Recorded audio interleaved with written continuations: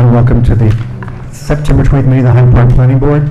As you can see, the town hall is under renovation, so I normally say please take note of all the exits. Tonight, if there's anything bad, there's just these 3 exits, and out of the building, there's just the main one in the back door, the one down the hallway as well, just in case of mishap. Please join me now as we salute the American flag. I pledge allegiance to the flag of the United States of America and to the republic for which it stands, one nation, under God, indivisible, with liberty and justice for all. Thank you. The first item on the agenda is a continued public hearing for Bellafield. This is phase 2 of the subdivision. Can I get a motion to reopen the public hearing? So moved. Second. All in favor, please say aye. Aye. Aye. Motion carries unanimously.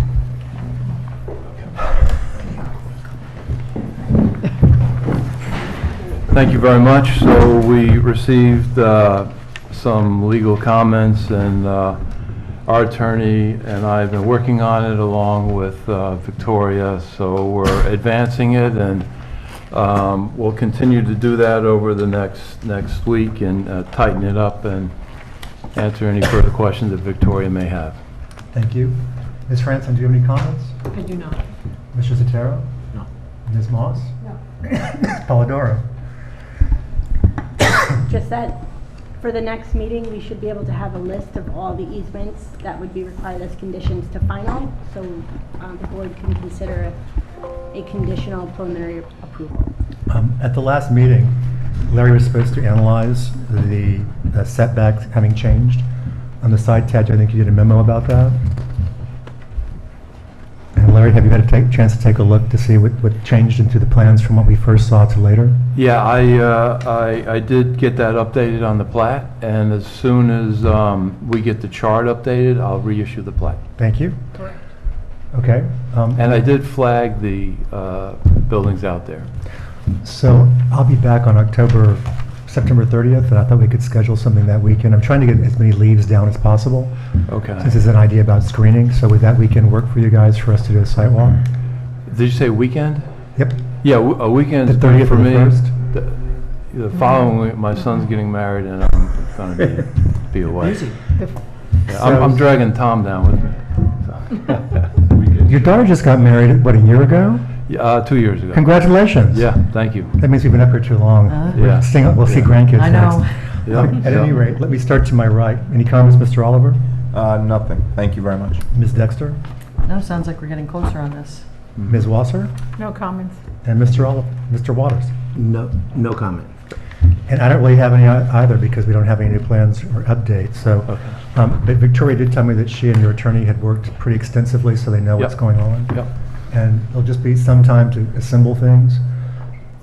Just for everyone's edification, the reason we're kind of laboring over this is a complicated project in terms of the HOAs and how easements are granted. So once you do subdivisions, if, say, for example, the project sponsor, Mr. Mulroy, does a joint venture with someone and then they quarrel and try to deny access, you want to make sure that there's always easements flowing everywhere so the public can have access. And that's basically what we're doing. It's also protecting the applicant as well. Right, the applicant's not ready to file a master declaration, which is something that would give everyone cross-access easements over every lot created. So until that's done, we need individual easements to ensure that, new proposed Lot 7 actually has a right of access and a right of emergency access to and from the lots. They have the right to hook into the sewer on someone else's lot. So we're just thinking through all the interconnections that are required in a order lot. to, make the lots buildable. I mean, as we've said before, it's an exciting project, but it's a big project too. That when at full build-out will add about 8% of Hyde Park's current population to the town total, which is substantial. So this has to be worked out correctly because it's almost like creating your own village.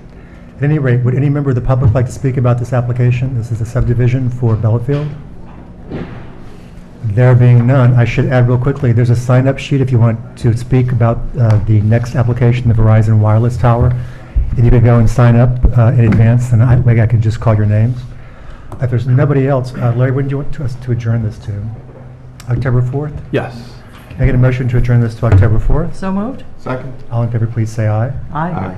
All right. And- No nays, abstentions. And Yeah. as far as scheduling that site walk, That Saturday? I will send, I was gonna say, I'll send a note out. Okay. Saturday's the 30th. And Yeah, that's Sunday's fine. the 1st. Yep. Does one day work better for everybody or not? I don't Hard to say. 30th, I won't be here, I know that. Okay. First, I will. Late afternoon on the 1st. It's looking like the 1st might be better, Which is, the Sunday. Sunday, Is that a okay, bad day yeah, for that's you? fine. That's Okay. fine. but I can't. Then I'll send a note out for everybody, Okay. and we can schedule a time. All right. Thank you very much. Thank you.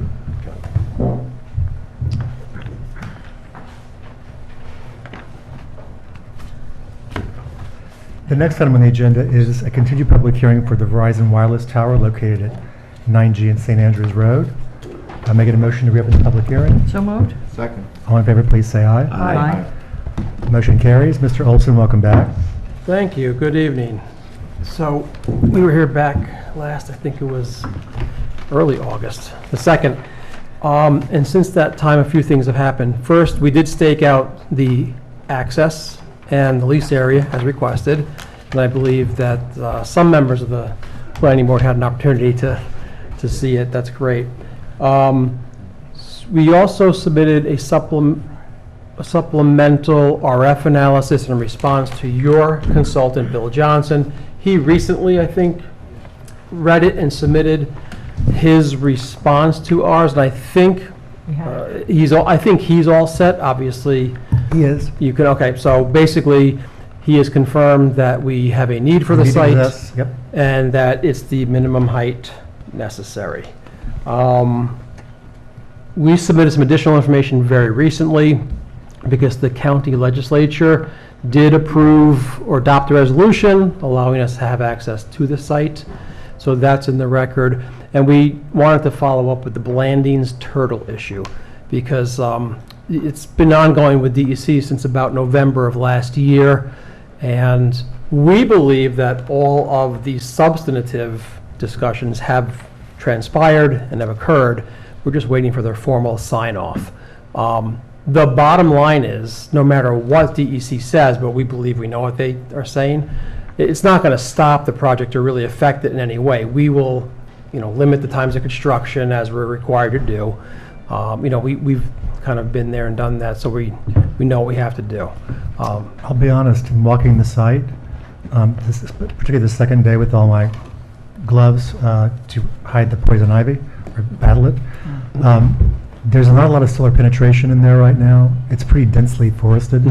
This would be secondary habitat for travel, not nesting habitat because it doesn't have vernal pools. So I'm guessing what they would do is probably just, if there's any more concern, they'd make you maybe put in some mitigative measures like during construction. I think that's what I read in your report, that they would The fence. put the fence and teach the lessons, et cetera, on it. So, but this isn't a long construction project either. No, it's As far as not. I know. But they want to make sure that, to the extent that they are there, that measures are taken to make sure they're not disturbed. And we've done it before, so It's because of do it all the time the here. parcel that was just Yeah. before us. The Bellafield site does have high-quality vernal pool complex Yeah. in its far eastern boundary, and so that provides habitat, and they can wander around all over the place. So, exactly. thank you, but that can also be, I believe, a condition of approval, although I'll talk to Victoria about that. So, Ms. Franson, any comments? I do not. Mr. Sotera? I don't think there was a new set of plans, right, submitted, Scott? There was just, were there plans I submitted? think the last one that was submitted would have been before which would have been Okay. July 31st. I Okay, that's believe, right. give or So take. after the last meeting, I sent you an email, and I copied members of, the planning board, or some of the members of the planning board, about a couple things I wanted to have on the next set, which was, because we heard a lot of concerns about the tree clearing, that you put on the plans that there's orange construction fence that are placed around the limits of disturbance, so that contractors, before they start, they know, hey, we're not gonna, this is how far we can go. And then I asked that you talk to the engineers, because just to make sure that the limits of disturbance that are shown on the plans, it takes into account material storage areas that a crane's gonna set up, that there's enough room.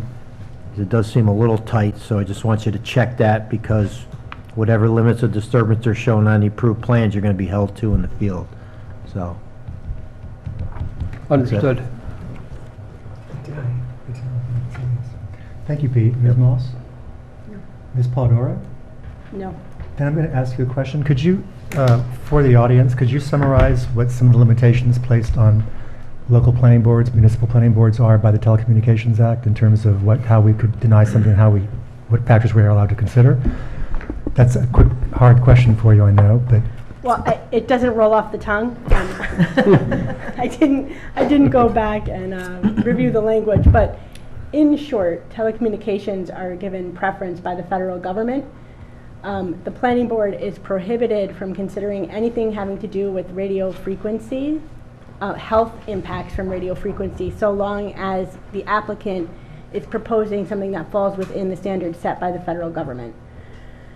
So anything having to do with 5G, radiation, health impacts, it's just outside of the planning board's jurisdiction. If you denied a project based on those grounds, they would go to overturned. federal court and we would be overturned because it's impermissible. Yes, Who does have a say over those issues? the FCC. No one locally. No, no one locally. It's because at the time the federal government was trying to build out a network, they decided that there were certain things they didn't want local governments. It's almost like when the railroad went to standard gauge so that everything could connect. It's very similar. They wanted to make sure that the carriers in different communities weren't being held to different standards. So they set the standard and we have to abide by it. We also are under strict timelines for the review. We've been working with the applicant on those timelines, but the federal government wants to make sure that communities don't drag out the review of these applications. And if you were to deny it, it has to be based on them not being able to show need, is what I understand it. I mean, arguably aesthetic impacts in very sensitive situations might be enough. But once they've demonstrated a need, a gap that needs to be filled, and that there's no other location, there's very specific legal language. It's not coming off the top of my tongue, but we are very limited in our review once that need has been demonstrated. And what you heard is that our radio frequency engineer more or less agreed with theirs. There was some confusion for a bit about the way the maps were formed, what he Yes. was actually showing, but once they got together, they had a mind meld. So at any rate, thank you. Right, they've demonstrated the need at this point. No. And so I read unless that. there's another viable alternative location that will satisfy that need and that will be less impactful, the board has to move forward with this review. So Pete, I also had that you requested, I think it was a gated entry? The gate, with the gate details to be shown? Am I wrong?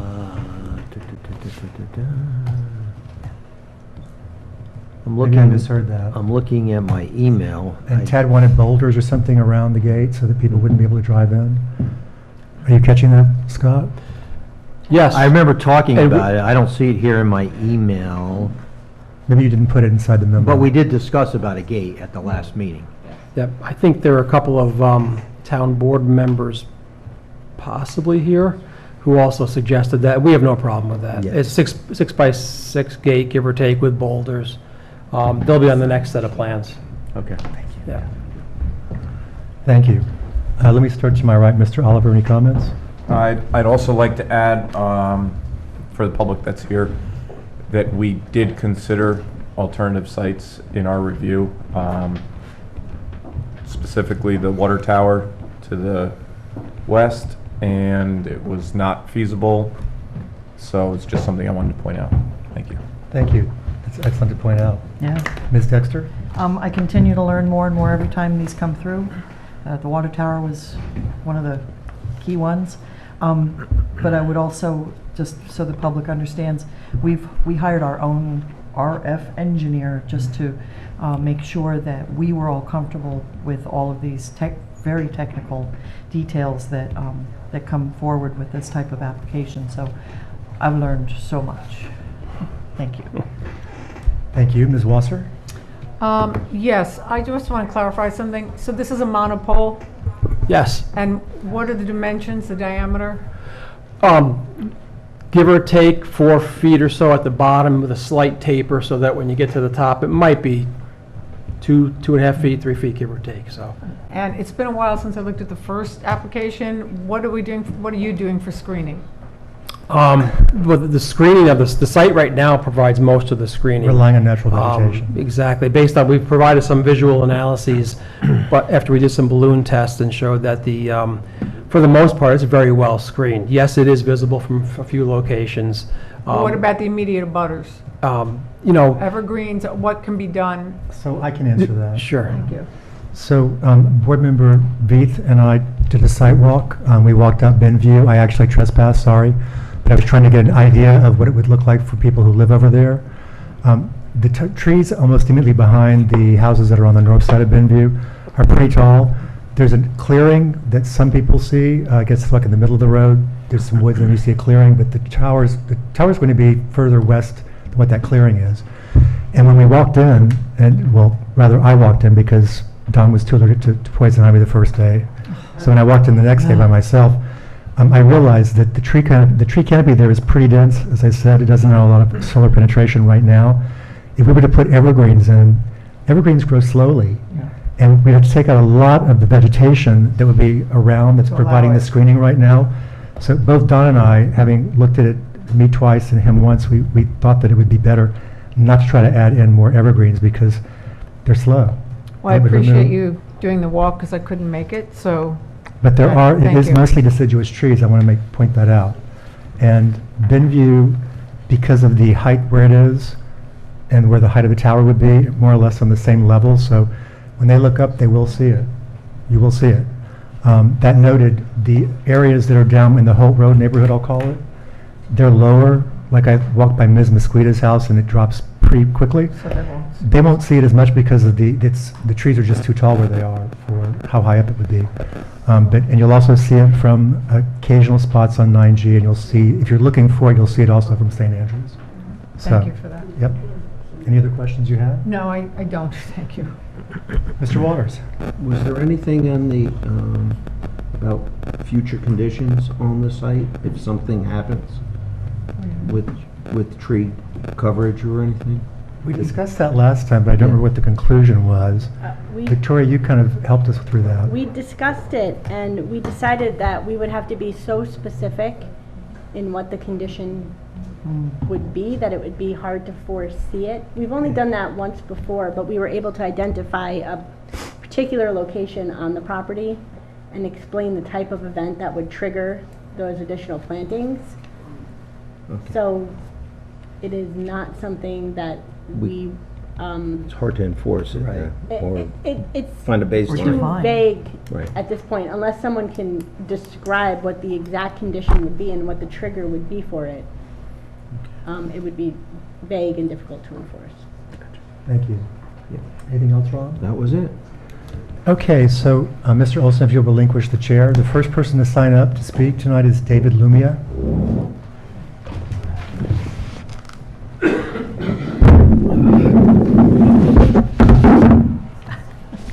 Good evening, everybody. So I spoke last time. My name is David Lumia. I live on Benview Road. I'm here this evening to speak out against the plan for the cell phone tower on St. Andrews.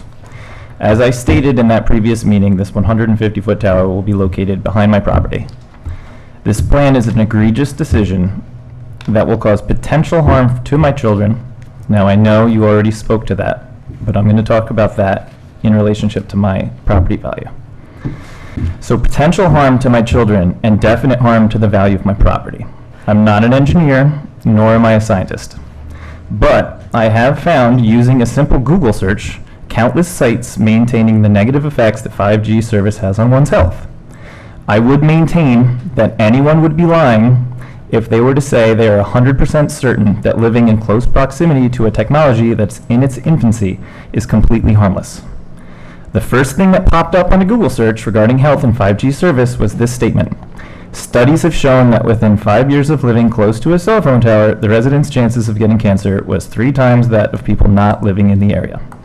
Another search uncovered this statement from I'm sorry, wait, if you're just going to do Google search things, can you provide this, where the study? I'm about to. Okay. But again, I'll get to that. Just one moment.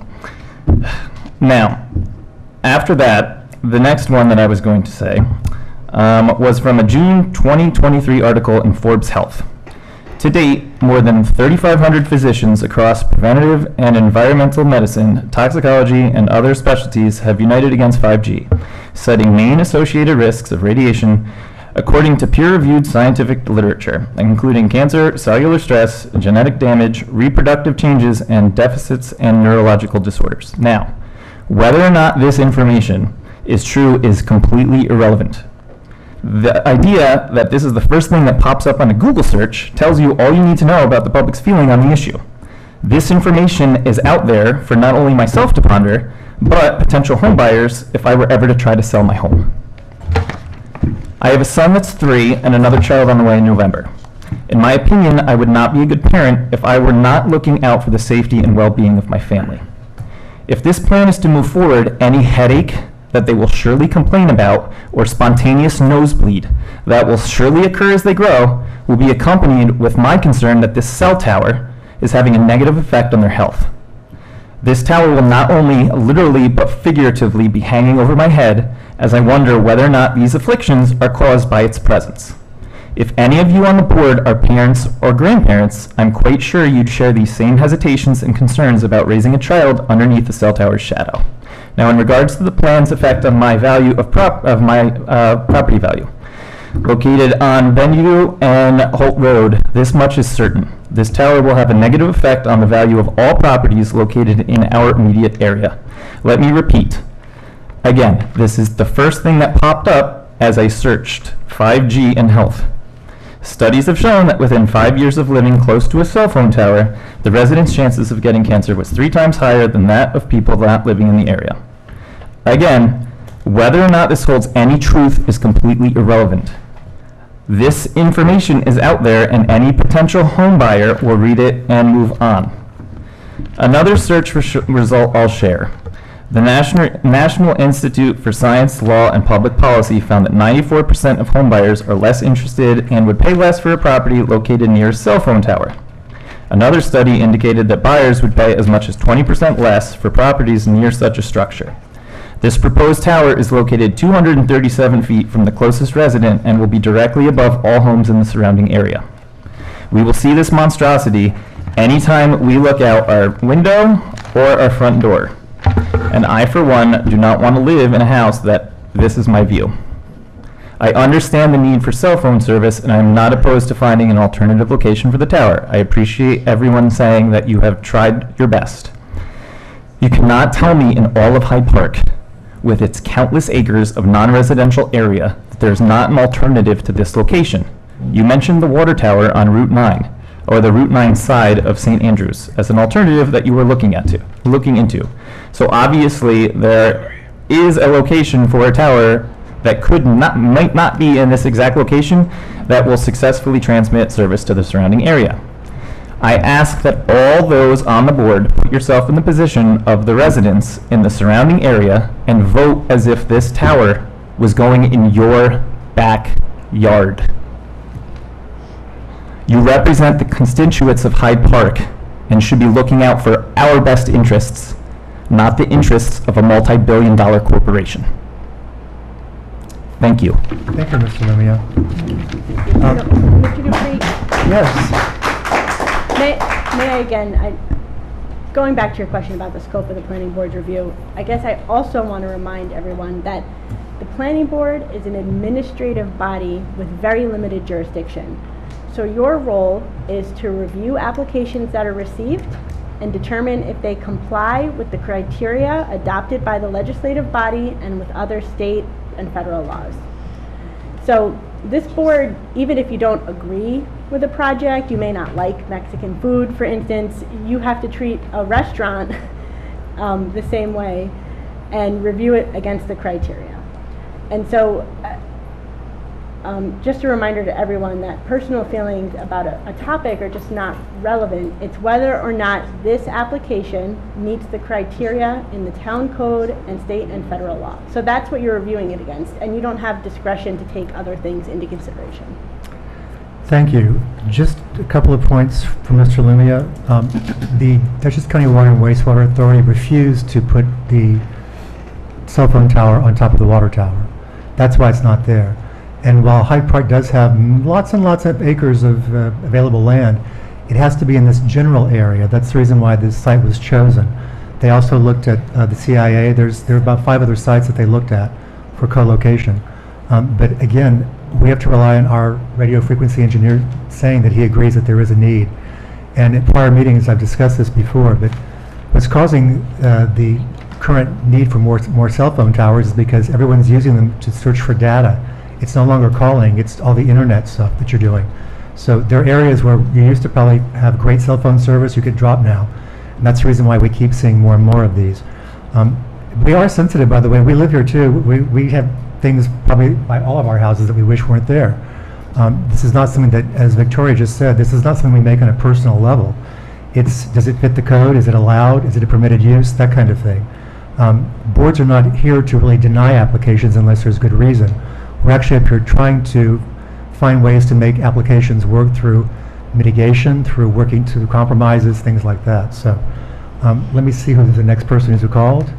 We signed up, Tom McGrath. Mr. McGrath? Pretty much covered everything I was going to say, so instead of repeating everything. Thank you. Good morning, everybody. Deborah Smith is next. Come on up.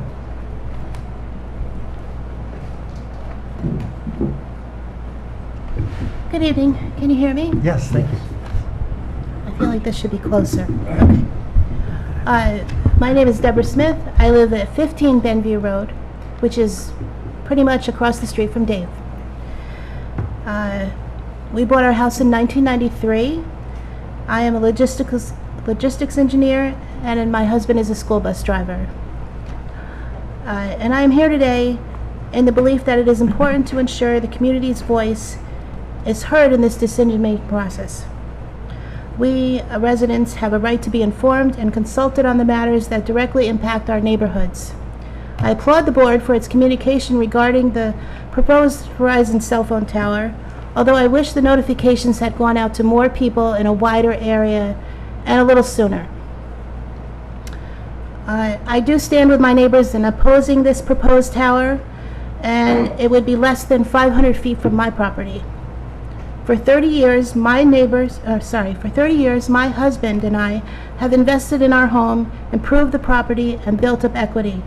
And for us, this, as it is for many working families, our home equity is a major portion of our resources.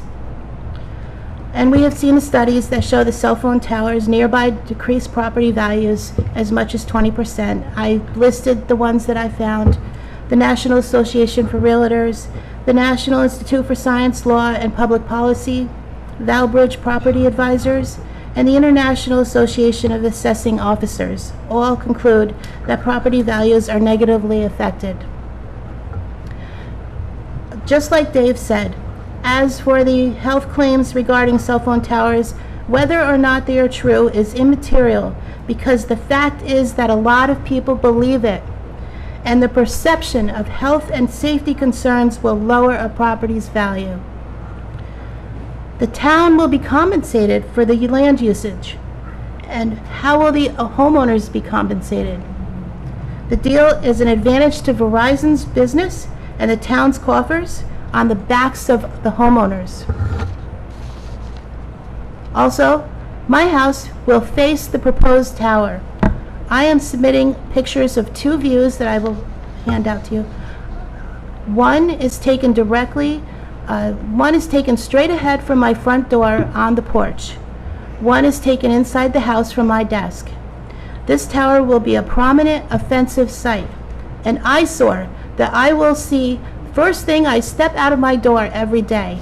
And if you think that this is not above the tree line, I don't understand how you can come to that conclusion. Look at this picture. The tree line is here, and the balloon is way up higher.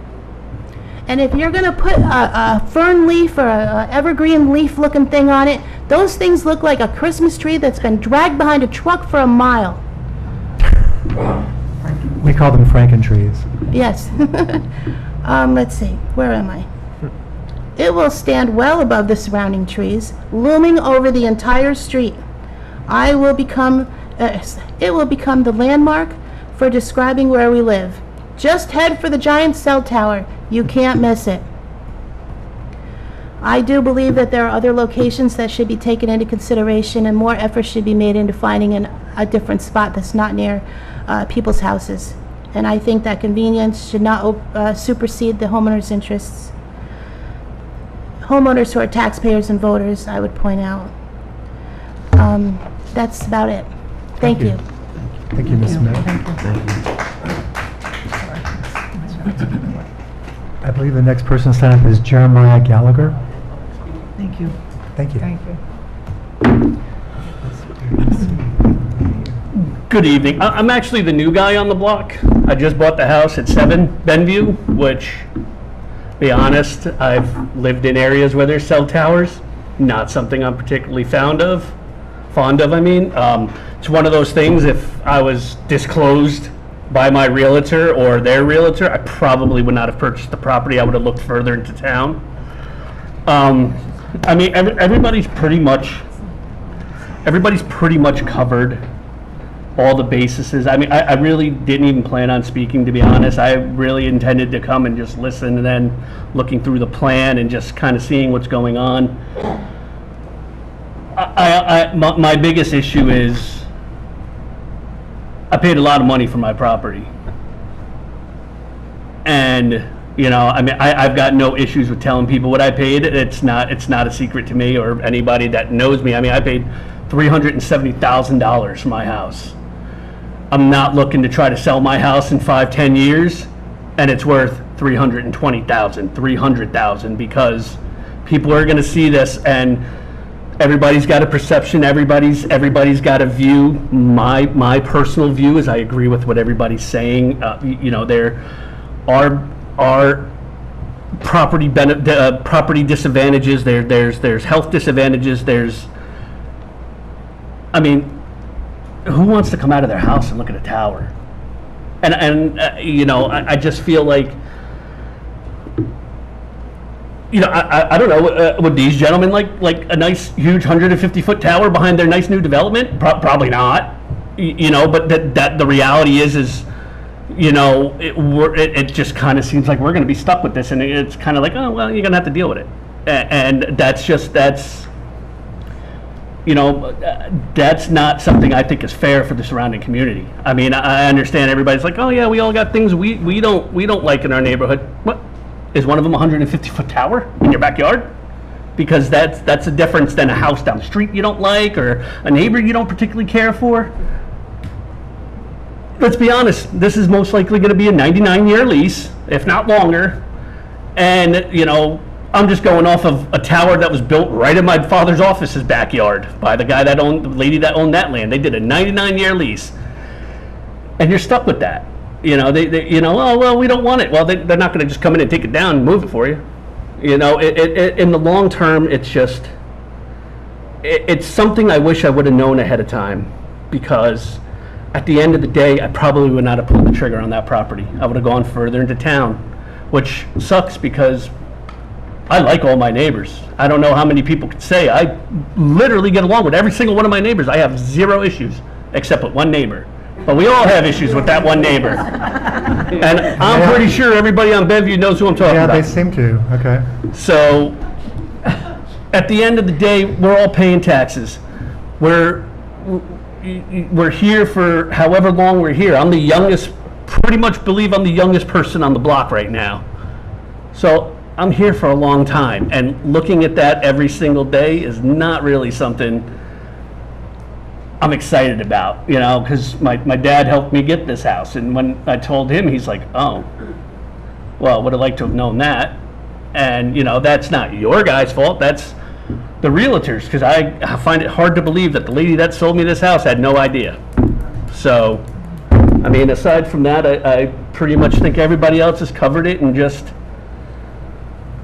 kind of really assess it if you would like this tower in your backyard, no matter what it looked like. You don't care if it was purple or pink with stripes on it. It's there, and it's going to be there for a long time.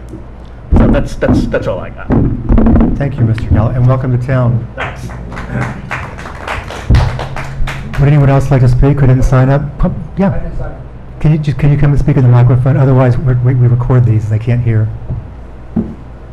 Frank Rell, Holt Road West. I'm probably one of the closest. But the last meeting we had, we talked about the 150-foot tower, and we talked about the extension. That wasn't brought up tonight, that they have the right to come by without your approval to put up another 30 foot on top of it. And I was curious why that wasn't discussed tonight. Because they abandoned that right, so to speak. So they can't come forward later and say, we're going to put another 30 on it. That actually occurred after the last meeting. Okay. Well, like I said, I'm within 300 feet of it. We can address that quickly. Scott, you agreed to do a lease amendment, which would have prevented you from adding that increased height. We can't hear. Yeah, we can't the hear you. air- As soon as the air goes on, we can't hear. Oh, I was saying we can address that after the last meeting when we talked about that being a concern. Right now, the lease is with the town of Hyde Park, and so the applicant agreed to a lease amendment to not allow them to increase the height of the tower. For how long? Correct. The life of the lease? Within a few days after we spoke, I sent an amendment over to, his name escapes me now, but is with Vanderwater and Vanderwater. Kyle. And I said, you know, I wrote the amendment so that we limit it to whatever 150 feet with the 4-foot lightning. I, you know, have communicated a few times with him. It hasn't been signed, but we offered to do that, and we see no reason why they're not going to accept it. It's just a matter of getting pen to paper. And Councilman Lombardi is here tonight, listening, so he can absorb. Thank you. Anything else? Dutchess County with the water tower, what was the reasoning for not giving? Do you want to take that, Scott?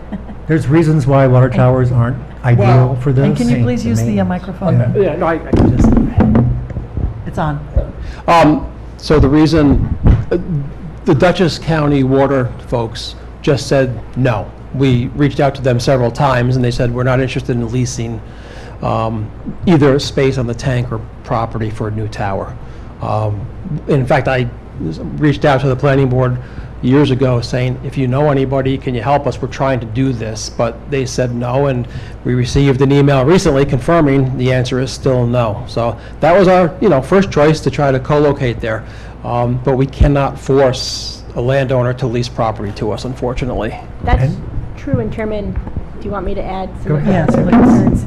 Some of the concerns that communities that have cell towers, cell antenna on water towers face is that the water towers need maintenance. They often, the paint needs to be redone, and so having the antenna up there, it makes it harder to do that kind of routine maintenance because the towers actually, the antenna have to be removed, which puts the antenna out of service for a period of time, and it makes it more complicated to just do the routine maintenance. And also there are structural issues at times because these towers were not always designed to support the weight of the additional antenna, so it's additional engineering. And that's what I understand is the reason why DCWWA has changed its policy to no longer allow the co-location of antenna on their structures, which is unfortunate because it is a nice, easy place to put an antenna.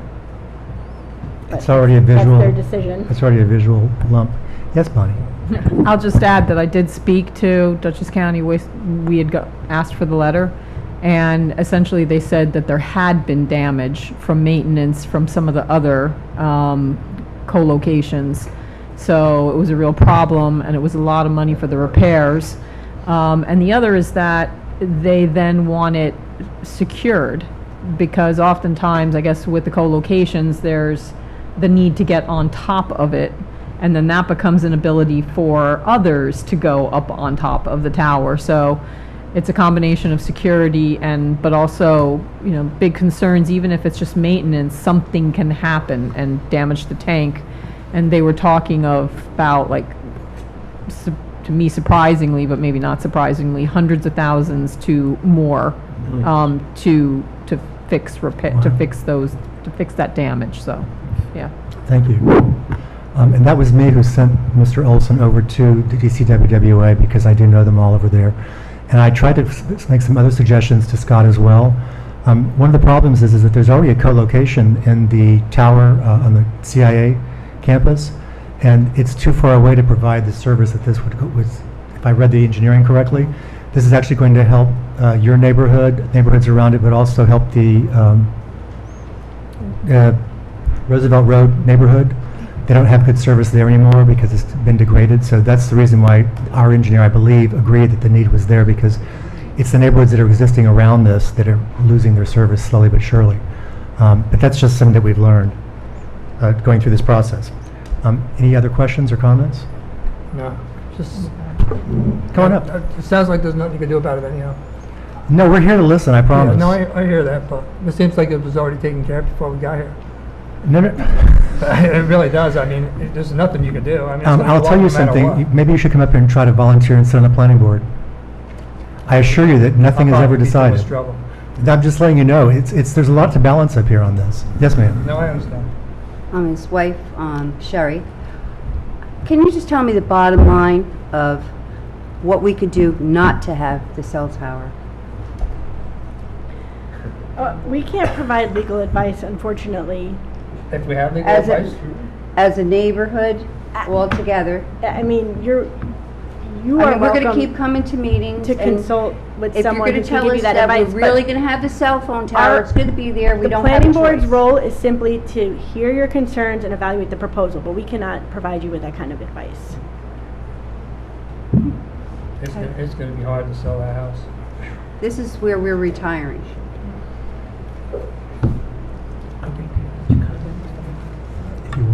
I do. Yes. I don't know if you're going to go. Please do. No, I'm just listening, and I hear what you're saying, and I have to work within the purview, we all do, of the law and what we're allowed to consider. What does strike me is that the time to have an impact would be when the town is negotiating the lease for this tower, any tower. And I have no idea what that notification process was or what it is. But if I think Or about... if it's required. Hmm? I don't know if it's required. Or even if it's required, but that's something that I think the town should take up. The town board makes those laws. And I just, I don't want you to think that I don't care or that I'm writing off your comments, but as I think about it and you ask about what could you do, I think the point is having the input before the lease or the sale is transacted. And I don't know anything about when that took place or how that process takes place. First time I got a letter, and I'm one of the closest ones there, was about the balloons going up. And that was 10 days before it went up. 10 days. Kate, do you want to come up and speak? But please speak in the microphone.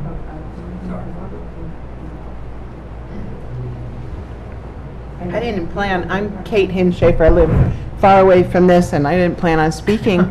But those of you that know me know I'm really visually oriented, and if there's nothing the planning board can do to stop this, my perception is you had talked about the growth of vegetation that's there that will act as a sort of a screen, but thinking ahead is like, how aren't they going to need to clear a lot of that growth out in order to put the tower in? No, the lot's Or do fairly they- big. I don't mean this rudely, but people keep coming up and spiking who haven't even looked at the plans. I haven't looked at it, Then so. the But answer is that's wrong. fine. The answer I'm is you're just- wrong. It's Okay, a very good. small area and a big lot that's very wooded.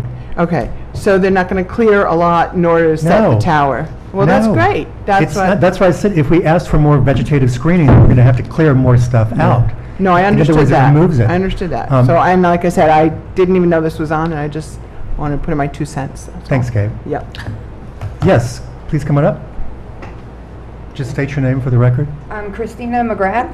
I'm actually on Dogwood Lane in Hyde Park. Not for nothing, I found out from a neighbor who put something on my mailbox. I had no idea any of this was going on. So to me, like what you're saying about what you're hearing, it's a big concern. Again, it's property value. And I just have a question for you, for the Verizon Tower. Would you like to have... Please, you direct questions to us, you do not direct questions to them. Well, I'm sorry, because this is of a big issue, and I understand I you guys are understand that. under fire. I understand that. And there's steps that have been missed somehow along the way. People were not informed. You have a lot of community people here who are very upset about it. It's bad enough when we bought our house 23 years ago, we had to stare, now I'm staring at Pine Brook and a bunch of lights. I know how you guys feel, because you guys are going to be staring at a cell tower, because obviously it's already been determined and set. There's nothing anybody can do about it. So we're all up here just saying what we need to say, but it sounds like it's already been agreed to and is on its way. That's all I have to say. Any other comments? Yes, come on back up. So, when you looked at the water tower, is the issue that it won't work at the water tower, or is the issue It's that... the issue that the owner said no. No, I know. The owner said no. So my question then is, why can't we find another area? Like, if the water tower did not work, it works, but they said no, it doesn't have to be in that specific spot. You said you found 5 places. Now, I have a I full-time... suggested 5 places. Please don't twist my words. Some of those places were not available. Others were not going to work because, again, it needs to be further east for this to work for the area they're trying to provide coverage for. But the water tower would have worked, correct? That I don't know. That their engineer would have had to evaluate it, I assume. Can I so. ask him, or is that not permitted? Scott, would it have worked, the water tower, do you think? Was that really analyzed engineering-wise? You know, preliminarily, we thought it would work, but again, we pursued them for about a year, and when they said no, we couldn't get onto the property to do any formal testing. So we don't know, but it probably would have worked. I mean, Chairman, the public is welcome to contact their representatives in DCWWA to see if they will change their policy. The FCC. That is true. I would only add also that as part of the submission, the applicant was required to show locations in and around a certain radius of that area of where they could co-locate. So the first course of action was for them to figure out whether they even had to put up a new pole. Was there some other structure where they could locate it so it wouldn't be as obtrusive from your perspective and from the board's perspective. So that was actually evaluated. Listen, I'm not denying the fact that you guys have done your due diligence, but it's affecting us. So you can understand everyone's concern. We do understand everyone's concerns. Believe me. I don't deny that you seem like you do, and I know you can't tell us what to do as far as you're an attorney, but if people didn't know about this, like as was just stated, the woman that just spoke before, she just found out about this. It just seems a bit wrong that, I'm not trying to twist your words, you said 5 locations, whatever you said. Hyde Park has a lot of land. But not everybody wants to let, and not everybody wants it in their backyard, though. No, I'm just saying, they have to find a yes answer. They found a yes with the town. That's what happened. Covers an area. Yeah, I mean, it has to cover an I area. understand. I saw the big circle last time when you guys showed it. I understand that. That was a large circle. I'm just wondering why the center of that circle has to be 300 feet from my back door. I think what we would be saying is that there's a range of areas that could go, but that they didn't find a yes with any place else around. So why is the town saying yes? That I can't answer because I'm not on the town board. Right. So, okay, so then that's my question to you. Who do we contact on the town board? Just contact the town board about this? But is it out of their hands at this point? Your representative is, I believe, is it Lynn? Yes. Your representative is Lynn Ruggiero, and Supervisor Al Torgiani. That's who you would talk to, I think. Okay. That's actually probably more effective for all of you to speak to. The other thing I need to explain, I'm going to rely on council as well for a moment here, but when we look at impacts, including property values, we're permitted to evaluate a negative impact on those if it's for a big area. By that I mean it's more or less a blight, like an urban blight. And I don't know how to define that area, but I know that small areas immediately surrounding a site don't qualify. So in other words, we could deny, but then we lose, and we're instructed that they go forward anyway. Right, So that's why we look at everything very carefully before we make decisions. Yes? You said it correctly. I thought I was saying it correctly, because so for State Environmental Quality Review Act decisions, the state is having us look at community standards. It doesn't mean it has to affect all of Hyde Park, but it means it has to be some significant swath that's going to cause something really major. Now, if this required a special use permit, special use permits actually narrow down into just the neighborhood. But the granting of a cell phone tower does not require a special use permit. It's just site plan approval, which means we only have the requirements that are in the site plan, which they've met, and then we have the requirements under SEQR, State Environmental Quality Review Act. And those are, as I said, more large community impacts. Because in my 17 years up here, I've heard many neighbors, the neighbors who are near Dollar General and ING, didn't want anywhere near them. There's a lot of times where people they own homes where there's a commercial site next to it, and then when the commercial site activates, they're like, no, traffic, etc. But we can't deny that, because as long as they meet the code, when Victoria said we're administrative, we are. We're just enforcing the code. The code has some language to acquire better architecture, more landscaping, better screening, lighting. We can control all those elements. We look at traffic to see if they need to do different impacts, but this doesn't rise to the level of any other impacts with the exception of the visual. And believe me, I did understand everybody's statements about it reducing property values, because I got that over and over again. That's a lot of it's the aesthetics and also the reduction in values that you're fearing. That's your biggest concern, and I understand it. The health issues, as you said, even though studies show this, et cetera, we're not allowed to consider that because the federal government's preempted that, or Congress did, is what I should say. So it's not that we're being impassive and ignoring you, I assure you, but all of us are sort of trained not to show a lot of emotion, because things get very emotional. No, I understand. I completely understand that, and I don't think anybody's trying to attack you. It's just it's town property, correct? So it's not like some person just bought a property and built Dollar General. It's the town. The town is basically, excuse my expression, but screwing us over, correct? Well, I can't use that terminology. I know you can't, and I apologize for using it, but I don't know how else to say it. It's a different body. This board only accepts applications. That is and fine. reviews Right, them. but there would have been a public meeting of the town board where there was a vote taken and a decision was made to sign the lease. I don't know anything about the noticing. I'm just saying that's where it is. That's where it I begins. understand, but if nobody knew about that at the time, then what are we going to do? So when people said that they didn't receive notice, so our code is written such that we are required to notice just the number of people located this distance away with this much time. That doesn't mean that everybody gets it who's in the neighborhood, because our code only covers so many feet away from a project. That's part of it. The other is that, for example, if there's we have to send to the owner of the site.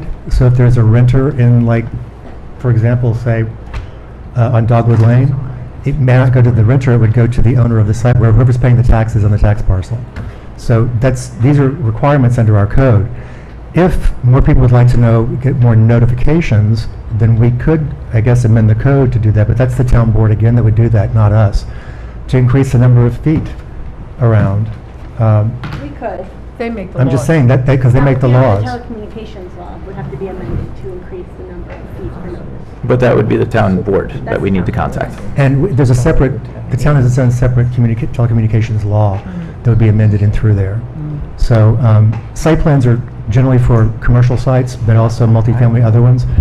In this case, like I said, it's commercial, so it has to have site plan.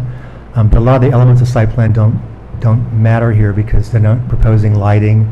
There's a bunch of stuff they're not proposing. And that's why I went and walked, because I am concerned about property values, but I can guarantee that if I take a perimeter and remove it outside where the trees are now blocking up, going right up to roads, or right up to lawns, I should say, if we have to clear that out to put in evergreens, if we put in spruces or something, it's going to take 50 years for those to grow. And I also pointed out, that's fine. Trees are not going to, there's no tree up here that grows 150 feet tall, so we can't stop you seeing the very top of it. That's the truth. And where you guys are is, for most of the I see a cell phone tower. I see one every night. I'm lucky enough to live on the river.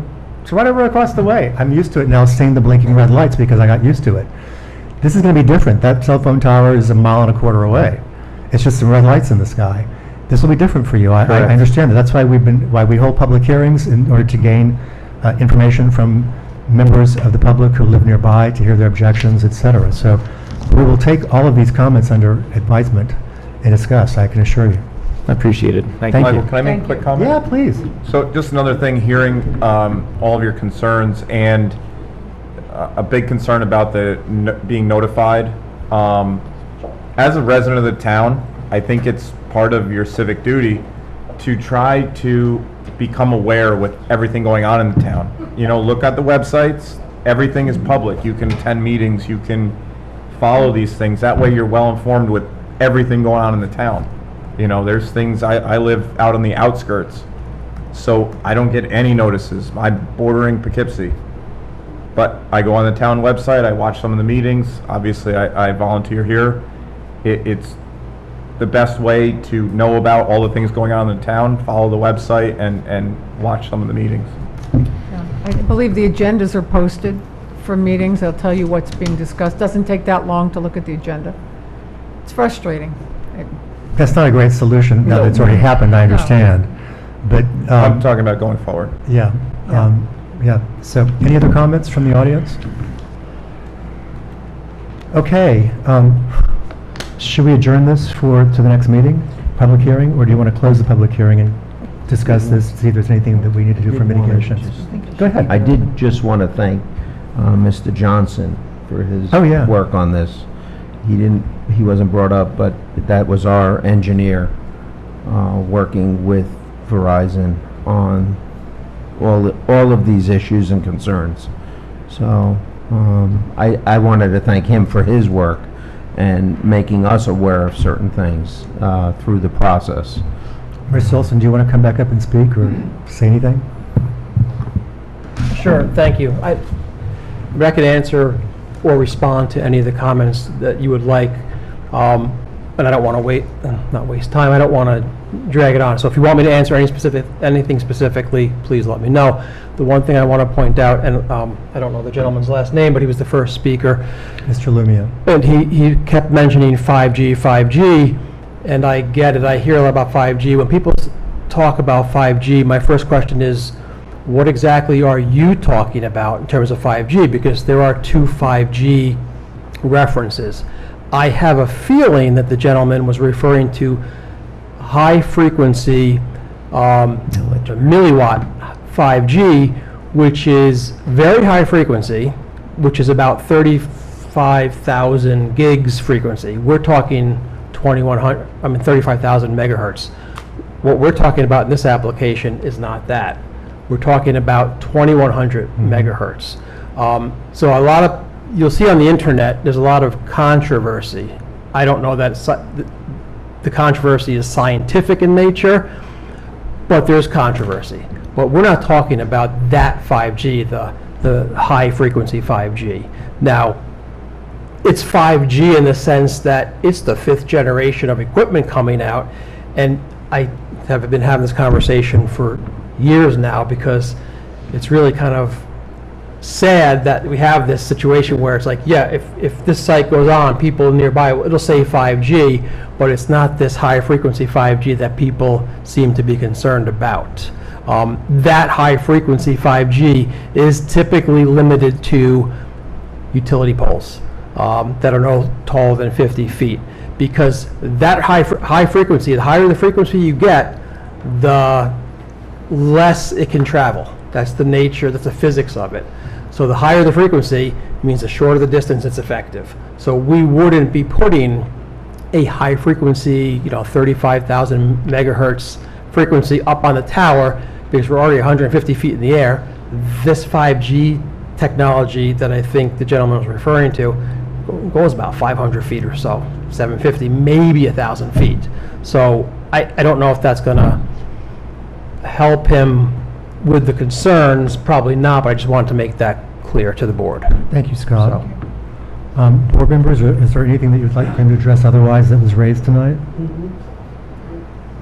No, but I do think we should keep the public hearing open.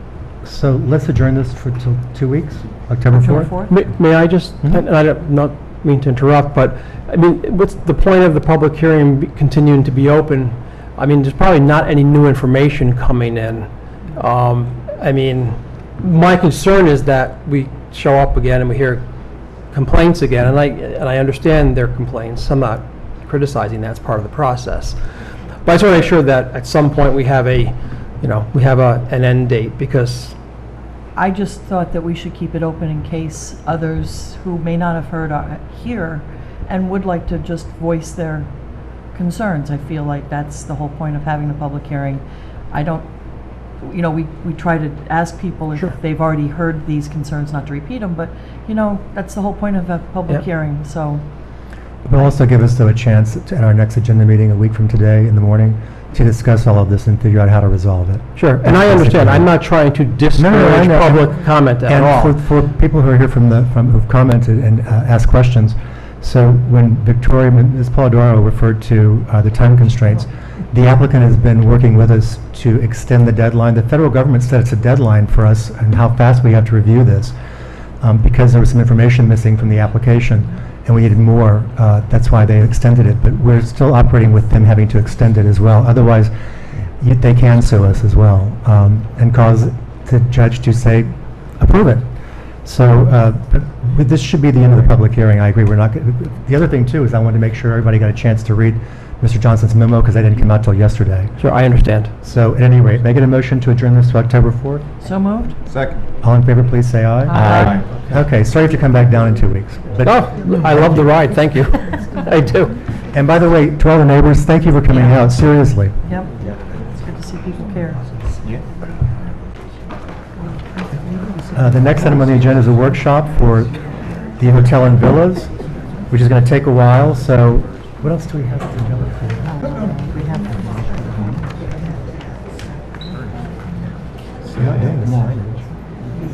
We have the Hyde Antique Center. And we have, yeah. And the garage addition.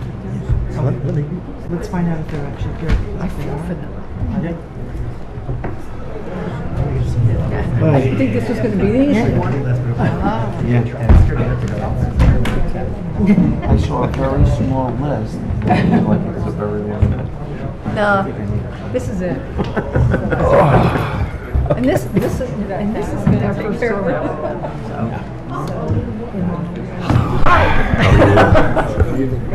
Michael's getting some water.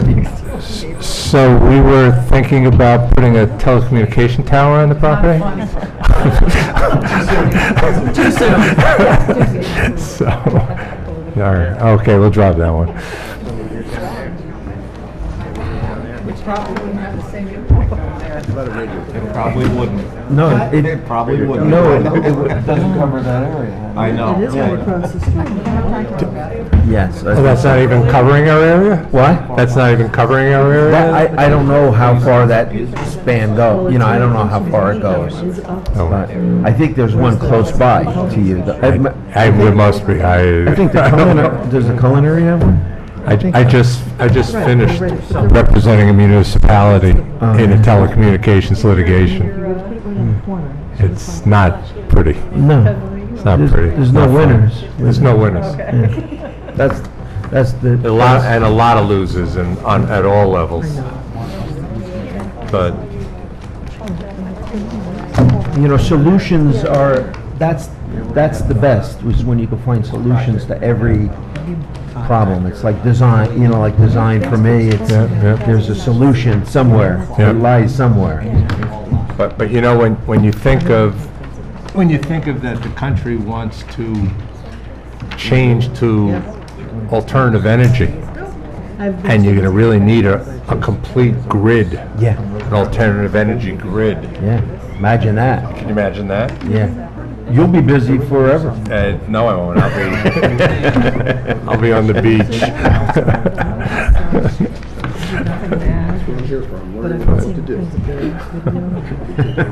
But when you think about it, right? Yeah. All of a sudden, that's a huge. You got a law that says windmills can be built in any residential area or any, you know, or any.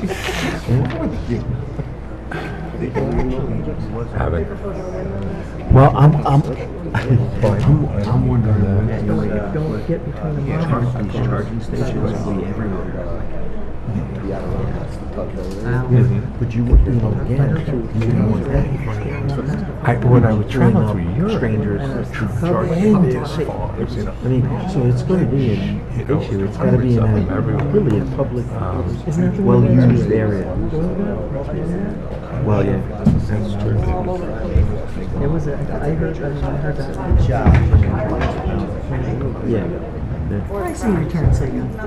I started out, they were free and stuff, but now I think they're charging. And quite a bit. Sort of like pickleball. I'm very worried about it. And I told them they want to change the lawsuit. We have a pickleball court on the lake in Maine, not us, but 2 or 3 houses down. Let's see what we got here. And a lot of forest and woods, but no real berms. But right, ping, ping, ping, ping, ping, ping, ping. I took a look at this,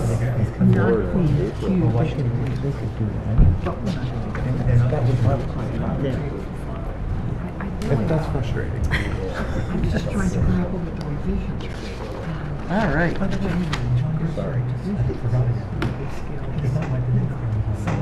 Sorry. Hey, I forgot one. Sure. I can't throw it All right. Good to go? Mr. Cruikshank, good to see you. How are you? I'm good. Yourself?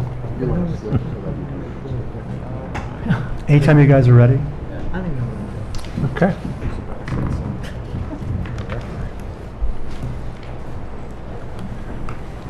All right, well, good evening. Hope everyone had a nice summer. Okay, an okay summer. Maybe the bar's too high. That was a good summer.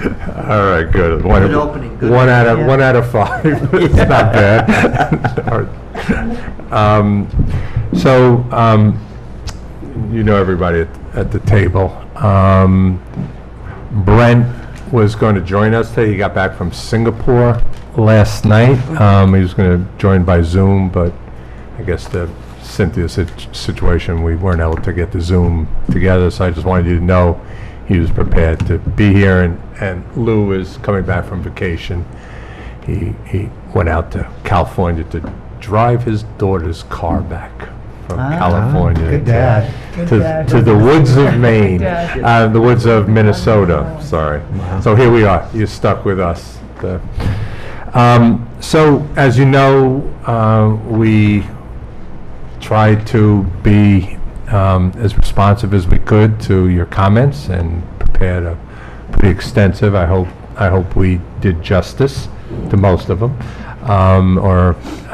We tried to, and we tried to obviously check as many boxes as we could so we could move forward on those issues. And obviously, if there are continued concerns or issues about any of them, please, you will let us know, and we'll go back and take a look at them.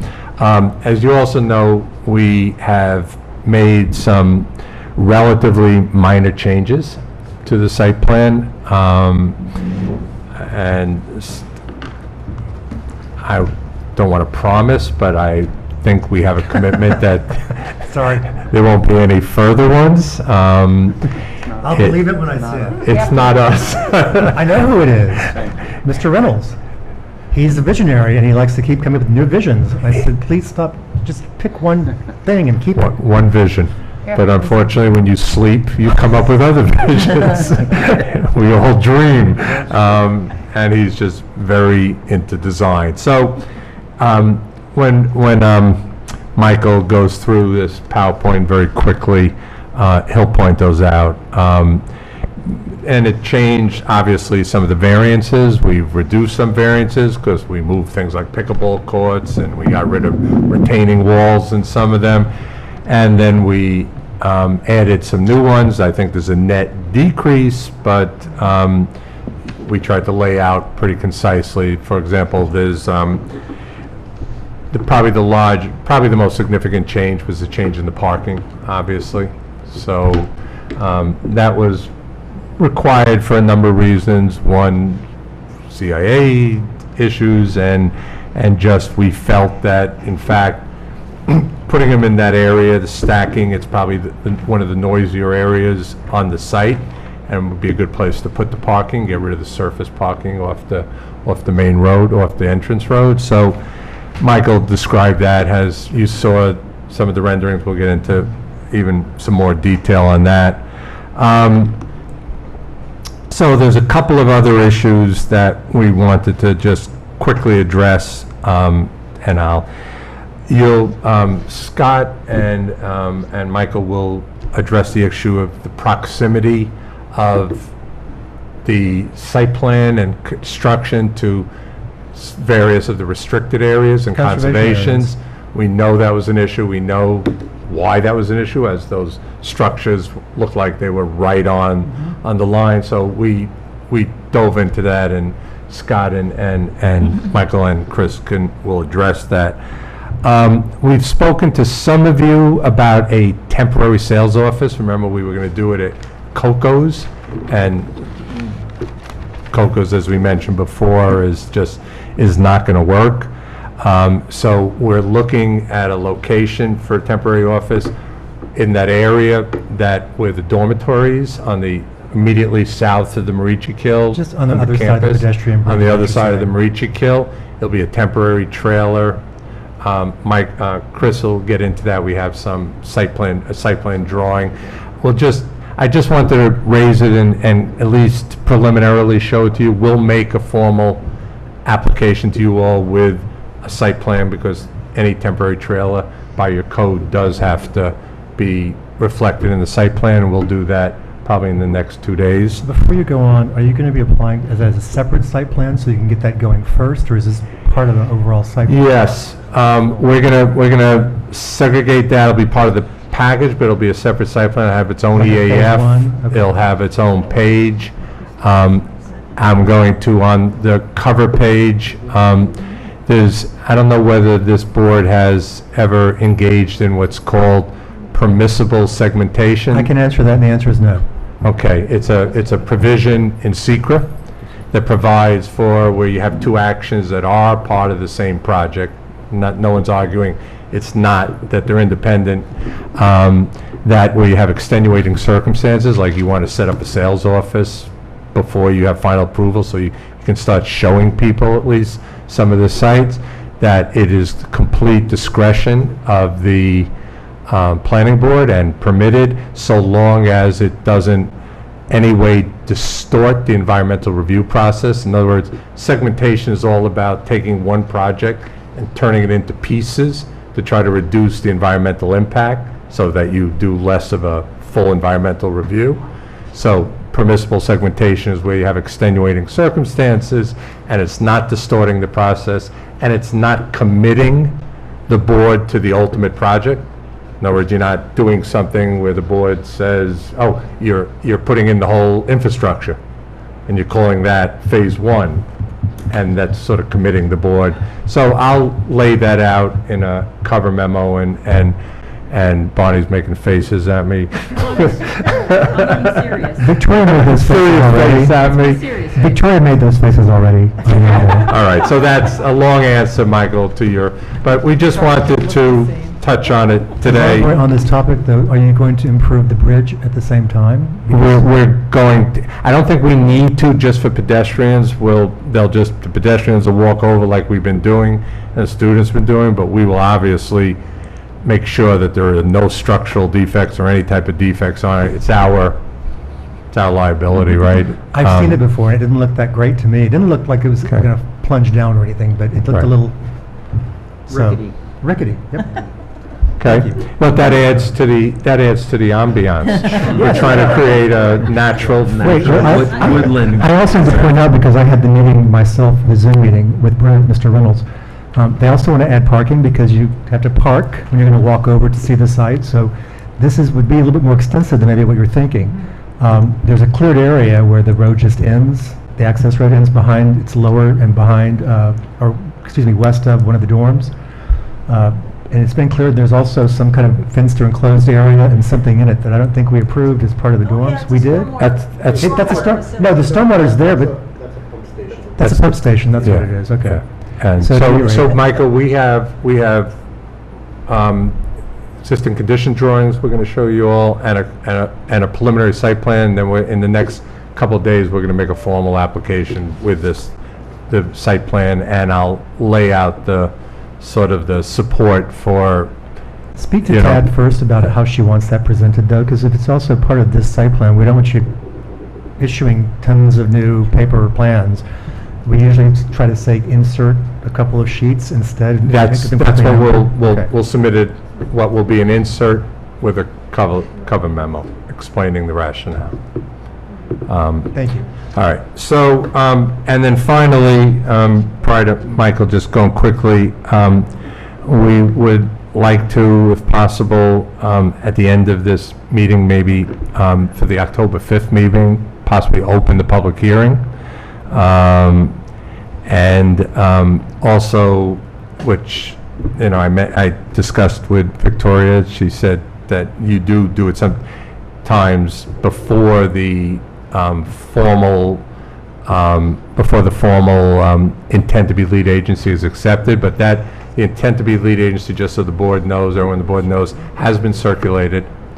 Cynthia was kind enough and resolute enough to do it before, you know, all the things started happening. So that's all out there. It went out on Friday. Yeah. So, and then also, we mentioned that we hope to be able to, we have a number of variances, obviously. We'd like to go to the ZBA for their October 25th meeting and at least begin to introduce them to it. Obviously, we can't get any approvals until SEQR is complete, but want to at least start engaging them, and if they have any feedback that we need to know about, that you need to know about, we would like to get that information as soon as possible. So without further ado, let me turn it over to Michael. He's going to try to make this, just so you know, a less than 10-minute, just to update you on specifically the changes, see him, and then open it up to any questions if you have, or comments or thoughts, as usual. I like to talk, so does it? Can you hear that? Okay. Oh, there you go. Thank you. All right. So, like Michael said, I'll run through fairly quickly. You'll notice, if you've had a chance to look through this, the renderings have changed. Yes, they have. Yes, but the architecture, and I think with the basic premise that we came up with the heritage wall and simple architecture has been maintained. A couple things have happened with Mr. Reynolds. You know, there's certain products, to introduce different products on this site is an important aspect of this site. We want people to come here and experience one thing and then come back another time and experience something else. So that's kind of part of the reason why we've introduced a couple of different products on the site. As we work our way around, this is our typical sheet that we have shown you before. We'll pass through this fairly quickly because you've seen all this. This is the updated master site plan, which again we've been asked to update for the whole CIA campus. And can you go back to that just for a Sure. second? Because I'd still like to point this out. Mm-hmm. What you see up top on the master plan was the originally approved hotel. Please take note of the disturbance there. Now look what you see below it. Mm-hmm. Just pointing that out. Yep. Thank you. Understood. A little bit more detail of our specific location, and you'll see, again, I'm going to kind of run through it fairly quickly, but we have introduced different products as you make your way around this site. That's kind of explained here with our square footages and such. You can take a look at that at your leisure. We think this is an important slide here to show the sections through the major parts of the site. You get a sense of the scale of the buildings as opposed to the canopy of the trees. That's actually a scan of the actual trees. In most cases, they're anywhere from 60 to 100 feet. Our buildings don't exceed, I think our tallest building is 30 feet or so, and we've shown that in the elevations throughout this set. Oh, I went too fast. All right, so we can start to make our way around the site. These are the two main buildings. We've got our ballroom and our event space. We've got a greenhouse here. We've got our main restaurant spaces here and lounge. And you can see the architecture. There's a consistency in the architecture now. We feel as you work your way around the site again. The idea that we may have found some of these foundation walls, and we're working off of some of those. The more we go out to this site, the more we recognize that there are elements on the site that we don't want to touch at all, and we want to work with them. And I'll kind of expound on that a little bit as we work our way around. You may have noticed that we've shifted the orientation of the main ballroom. That's because very specifically when we were out there, we were looking, and there's a beautiful, beautiful view of a wetlands area, and then it overlooks the Hudson in the distance. And we lined it up and said, this needs to be adjusted. So when you have your wedding there, you'll you'll enjoy that. Some of the views from the back here, we're coming up with some elements to create kind of an indoor-outdoor space where the entire wall will rotate up, and you'll be able to kind of work that from inside the ballroom out to the terrace, and then some lawn spaces out in the back, and again, working with the natural terrain and trying to do as little earth moving as we can. This is a distillery.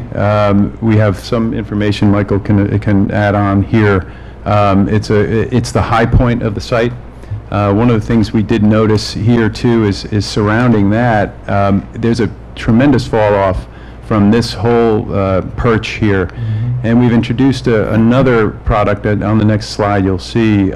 We call it the tree house. It's not a tree house. The way we've designed it is a single point of structure. Like a 1950s TV. Yeah. Before you leave this, where I the just want- Jetsons were born. Yeah. Pardon me? Jetsons were born in those Before structures. you leave this, I want to make sure we sort of have an understanding.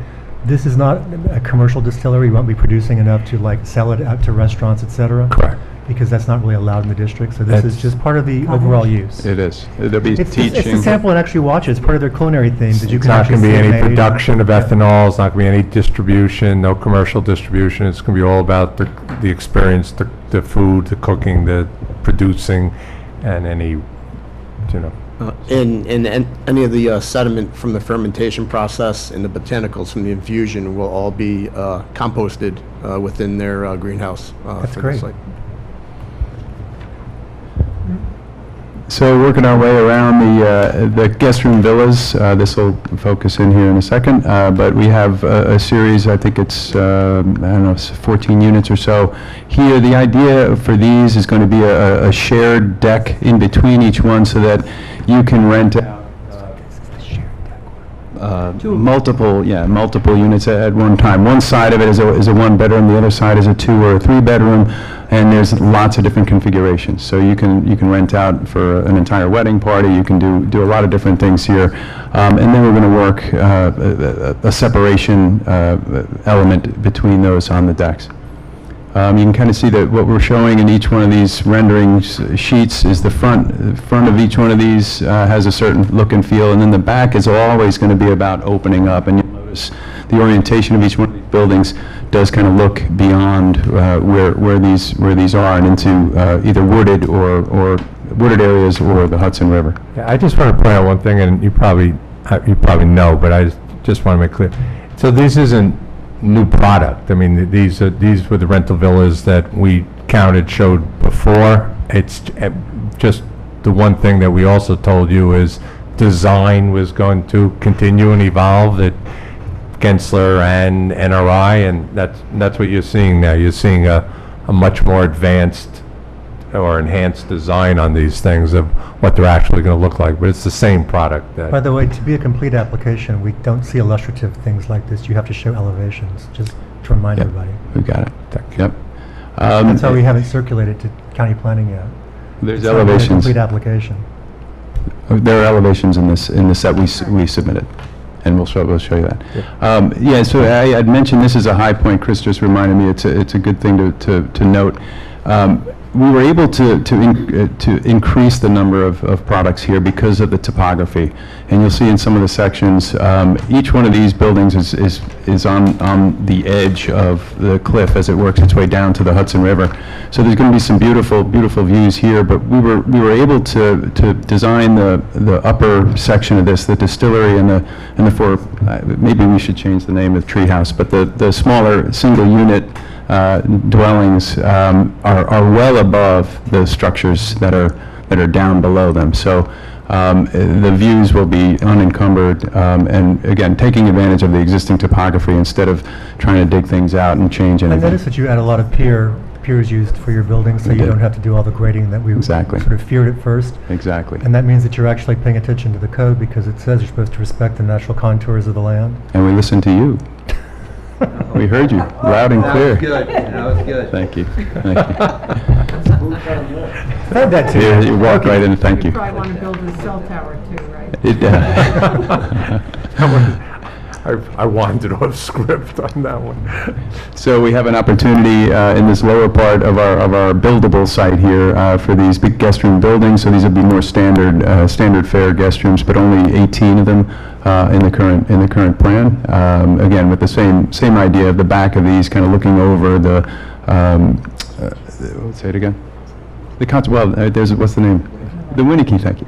The conservation easement there. So there's some beautiful views. Every time we walk around, like I said, we've taken a lot of pictures and really trying to take advantage of that. These are those, the treehouse units that we're talking about. They'll be anchored structurally to the ground on the one side. We're going to work out the structure of these, as we develop the structure of each one. But the idea here is a very, very unique product. You're not a fan, Michael, I can tell. No, I okay. didn't say that. Okay. I didn't say that. Again, these are not going to be staying there, from what I understand, is the reason why I had a funny look on my face. Mr. Reynolds said he wants to relocate these from where they're proposed now to the northwest side, I believe. or maybe propose some more of these. Then that would work too. Okay, yes. And as I like to say, and I'm going to say it again, as long as you keep changing your mind, we can't advance the project like you want us to. So we kind of have to. Got it. Understood. And Tab, by the way, Mr. Reynolds talked about wanting to flip buildings around after the approval, so you're going to have to figure out if there's a way to do that, because I don't know one without a site plan amendment. Just letting you know, that was thrown out there as well. Please continue, sorry. Okay. Yes. Mr. Reynolds said to me, I understand. how can I flip buildings around? And I went, with the site plan amendment? And he said, no, there has to be some other way. And I went, No, we've been clear that we need to get full approvals, and then if there's a we're educating him on the process. We're working on it. Yes. Excited about this area. This is the wellness spa area down in the north, on the north side of the site. Again, taking advantage of the natural grade, you can kind of see it almost looks like a bi-level structure. On the right-hand side will be the spa and the treatment rooms, and then as you work your way down to the left, it'll be the pool and other amenities there. A couple more renderings. I'll run through these fairly quickly. So the villas that are going to be adjacent to the wellness, we've called the wellness villas. Again, it's a different product. Looks a little different. There'll be some different materiality.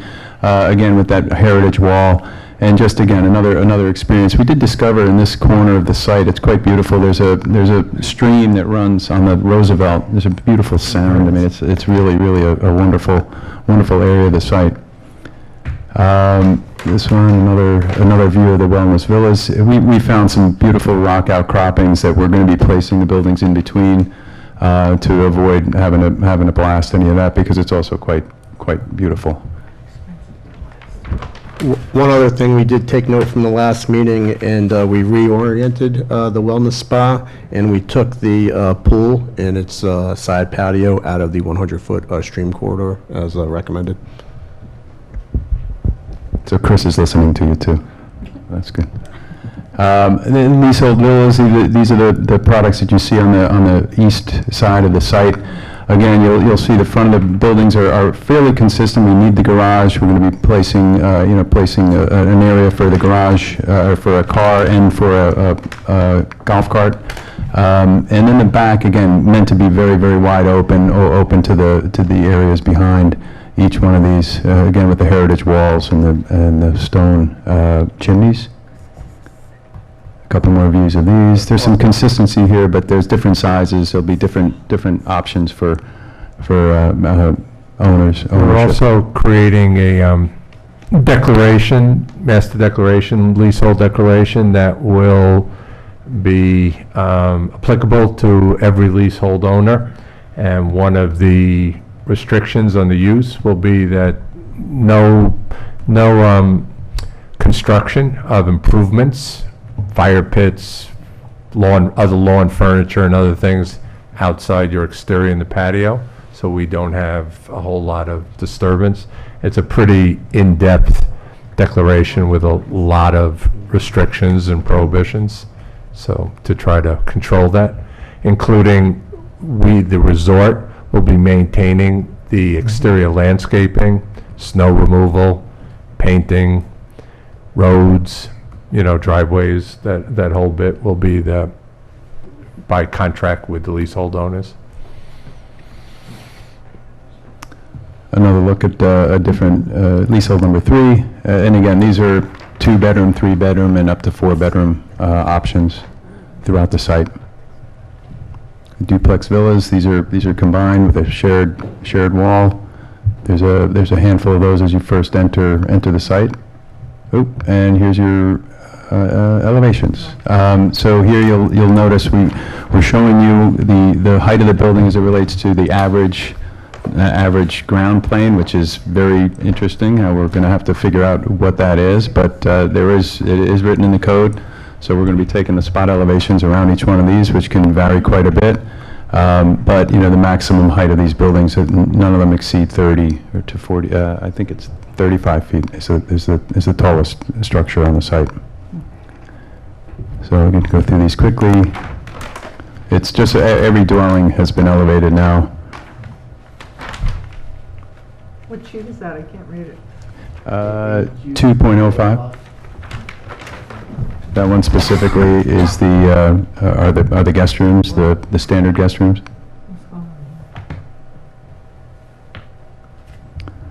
There's the treehouse. The wellness spa building. The villas next to that, and then the leasehold buildings. Yep, we've got a series of those.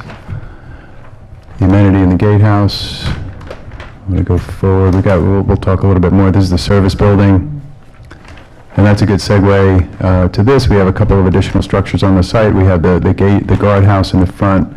We have our amenities building here around the leasehold villas, and then we have a greenhouse is actually part of the main structure here, and that's going to be the hydroponic farming, which we'll be using as part of the experience with the Culinary Institute. So that's going to be an architectural element. We're going to be looking to turn some heads when you first get on site. This is our sustainability one-pager.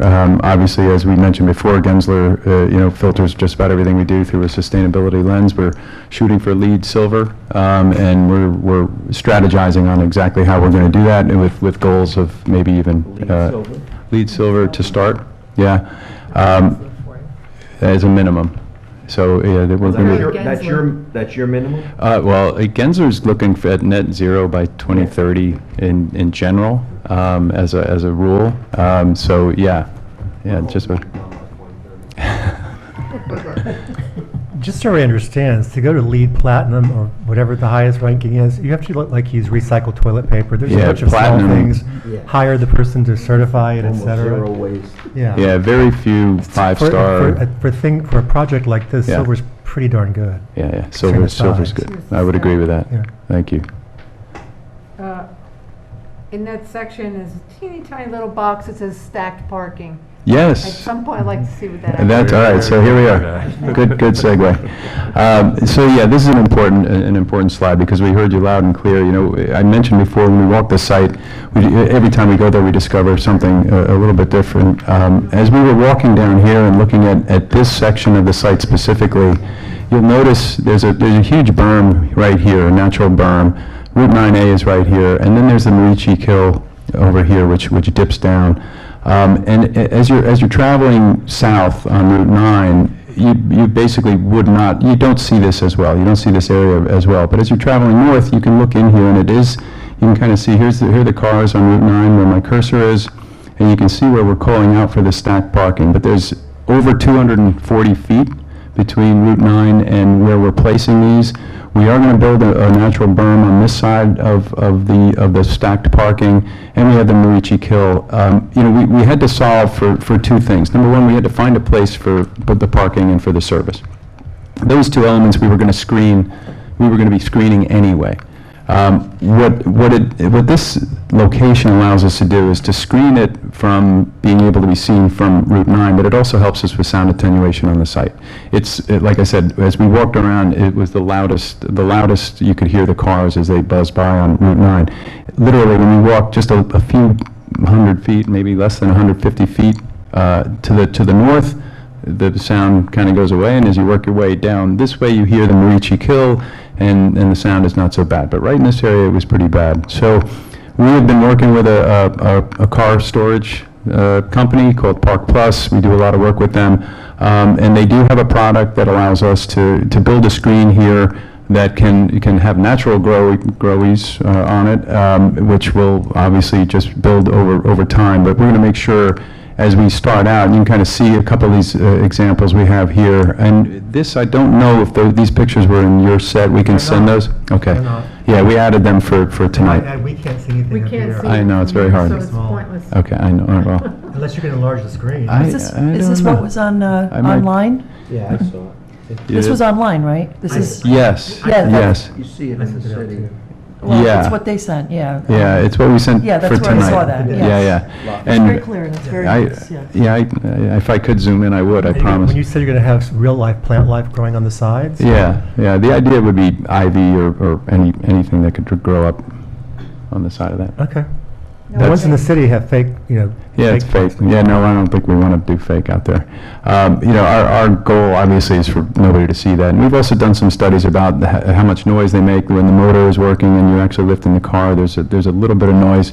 In the time of that, they say about 30 seconds to lower a car and to drive it Depending on out. how many levels you have. Exactly, yeah. With a triple stacker, we're estimating it might take 5 minutes if you're at the back on the top. To get your car, but this is all going to be kind of high-level concierge service. So when if you need to get your car, you're going to call 30 minutes early, and they'll have it up for you. Triple or double? It's 2 above grade, so it's the bottom. Then there's 1 and 2, 3 cars on top of each other. So yeah, if you have any other questions about, we can send you more information. But this is the idea, the parking zone precedent. We want it to disappear just like you do. Our material palette has not changed, so we have the natural elements, certainly trying to take advantage of the natural site elements and working with that. All right, so the other issue that we want to deal with today, and Michael alluded to it earlier, the construction proximity issue. We hear you loud and clear that the structures that we've placed along the site do encroach right up against the protected areas. And we've challenged our structural engineer, and he's let us know, they've let us know that, when we have a pier and post situation, if we're we're going to keep 3 feet at least from that line for a pier. And if we have foundation walls, stem walls, it's going to be at least 6 feet.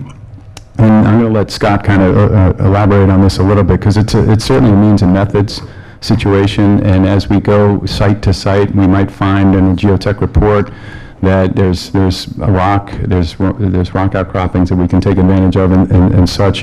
We also are looking at some very mature trees all around the site that we don't want to disturb.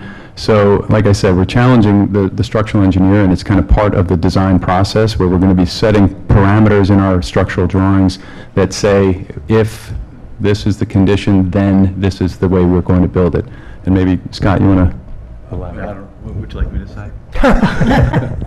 No, I guess just to further what Michael was saying is that obviously, the design respects the environment and the conservation area and the wetland, and the construction will do the same. So, we've worked together with this team to what Michael was saying is place the buildings in a way where we can construct these. I mean, at the end of the day, we're all going to sit here and we're going to say this is all what's got to get done.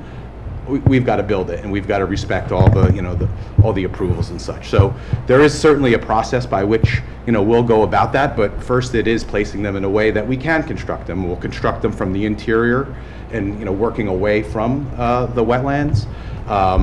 We need 6 feet for structures. By the time we excavate, have area to work, whether it's 4 feet or at frost level.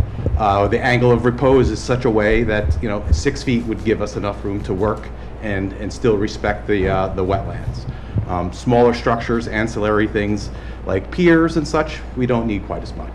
But we're going to go. Go ahead, Mike. The protection isn't for wetlands for the most part. It's because there's archaeological sensitivity in those areas. Yep.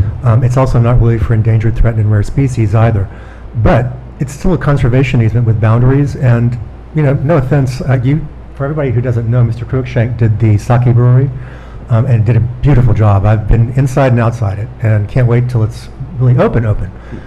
But we've all seen areas. We're looking at one project called Jeffrey Groves, where they just encroached onto the next property and took trees down and rock out. So it's a lot easier to sort of, work, rather than working with the grants, easier just to make it flat like Kansas if you can afford it.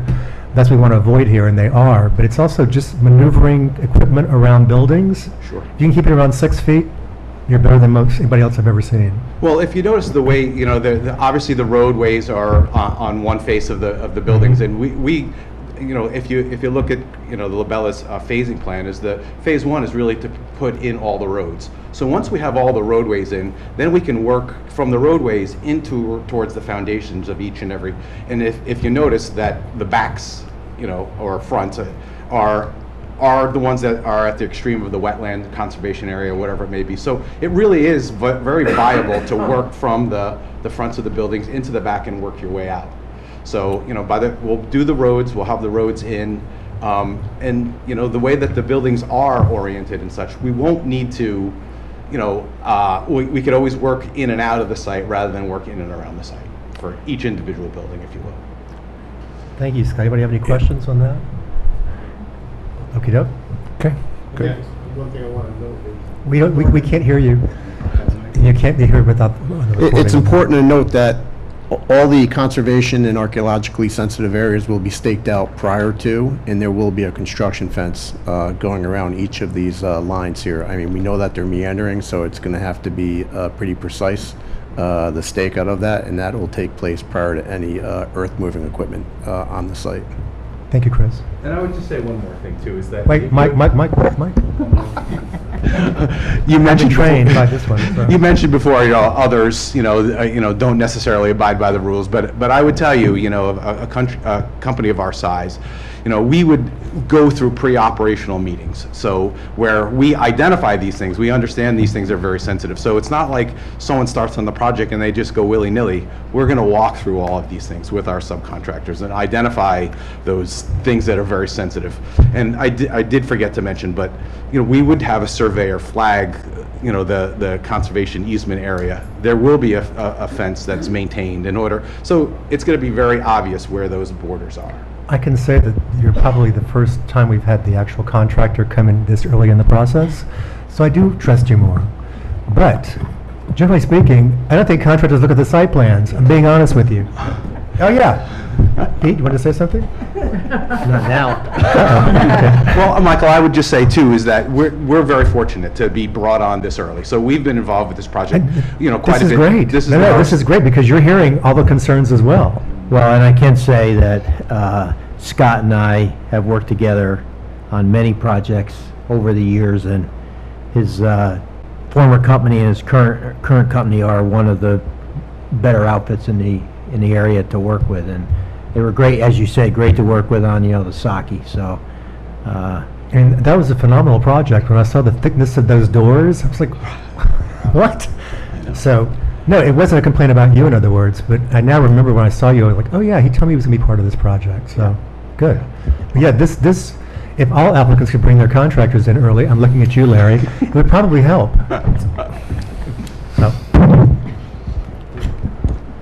Okay, and then the last slide of this set is the trailer location, the sales area. This is something we added. I'll let Chris kind of go through this.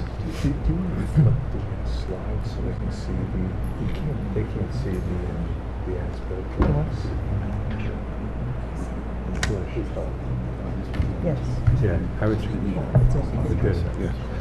Okay.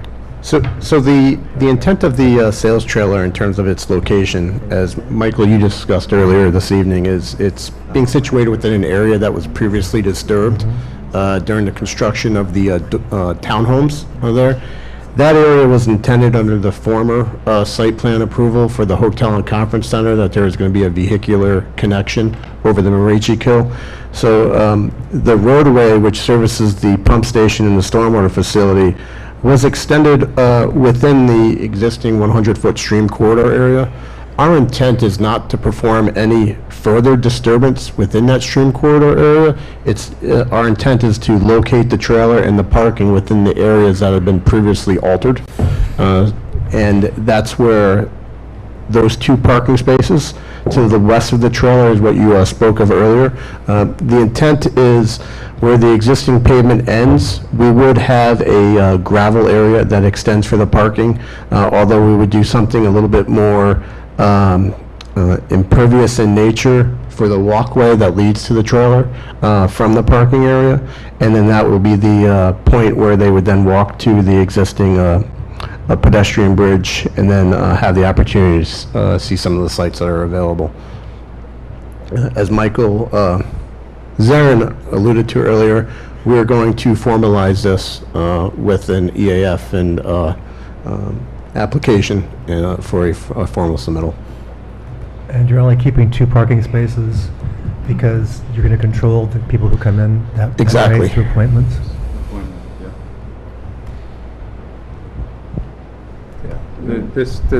This is not for hotel guests. This is for prospective purchasers of the villas.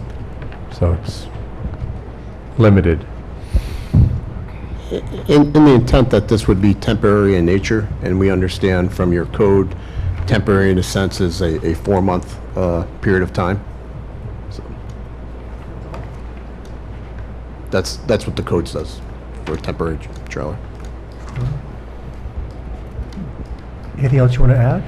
No, that. Okay, then let me add a couple of things. First, you did not mention that you're no longer pursuing the lot line revision. And we do need to address that because you're keeping the gatehouse on a separate parcel. That parcel is in a different zoning district, as you know. And I don't know how we discuss this, but I don't know what the use of you're going to have to provide, how we justify having the guardhouse as its own use, I believe.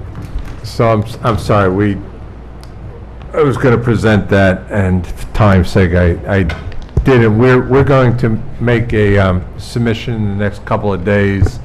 The guardhouse will be same guardhouse on the entrance road that we had.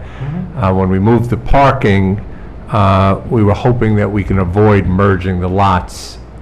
It's a sensitive issue with the CIA to merge that lot because they're concerned about the encumbrance. So we're going to, the guardhouse, we think will qualify as a commercial use. Commercial use, as you know in your code, is very broadly defined.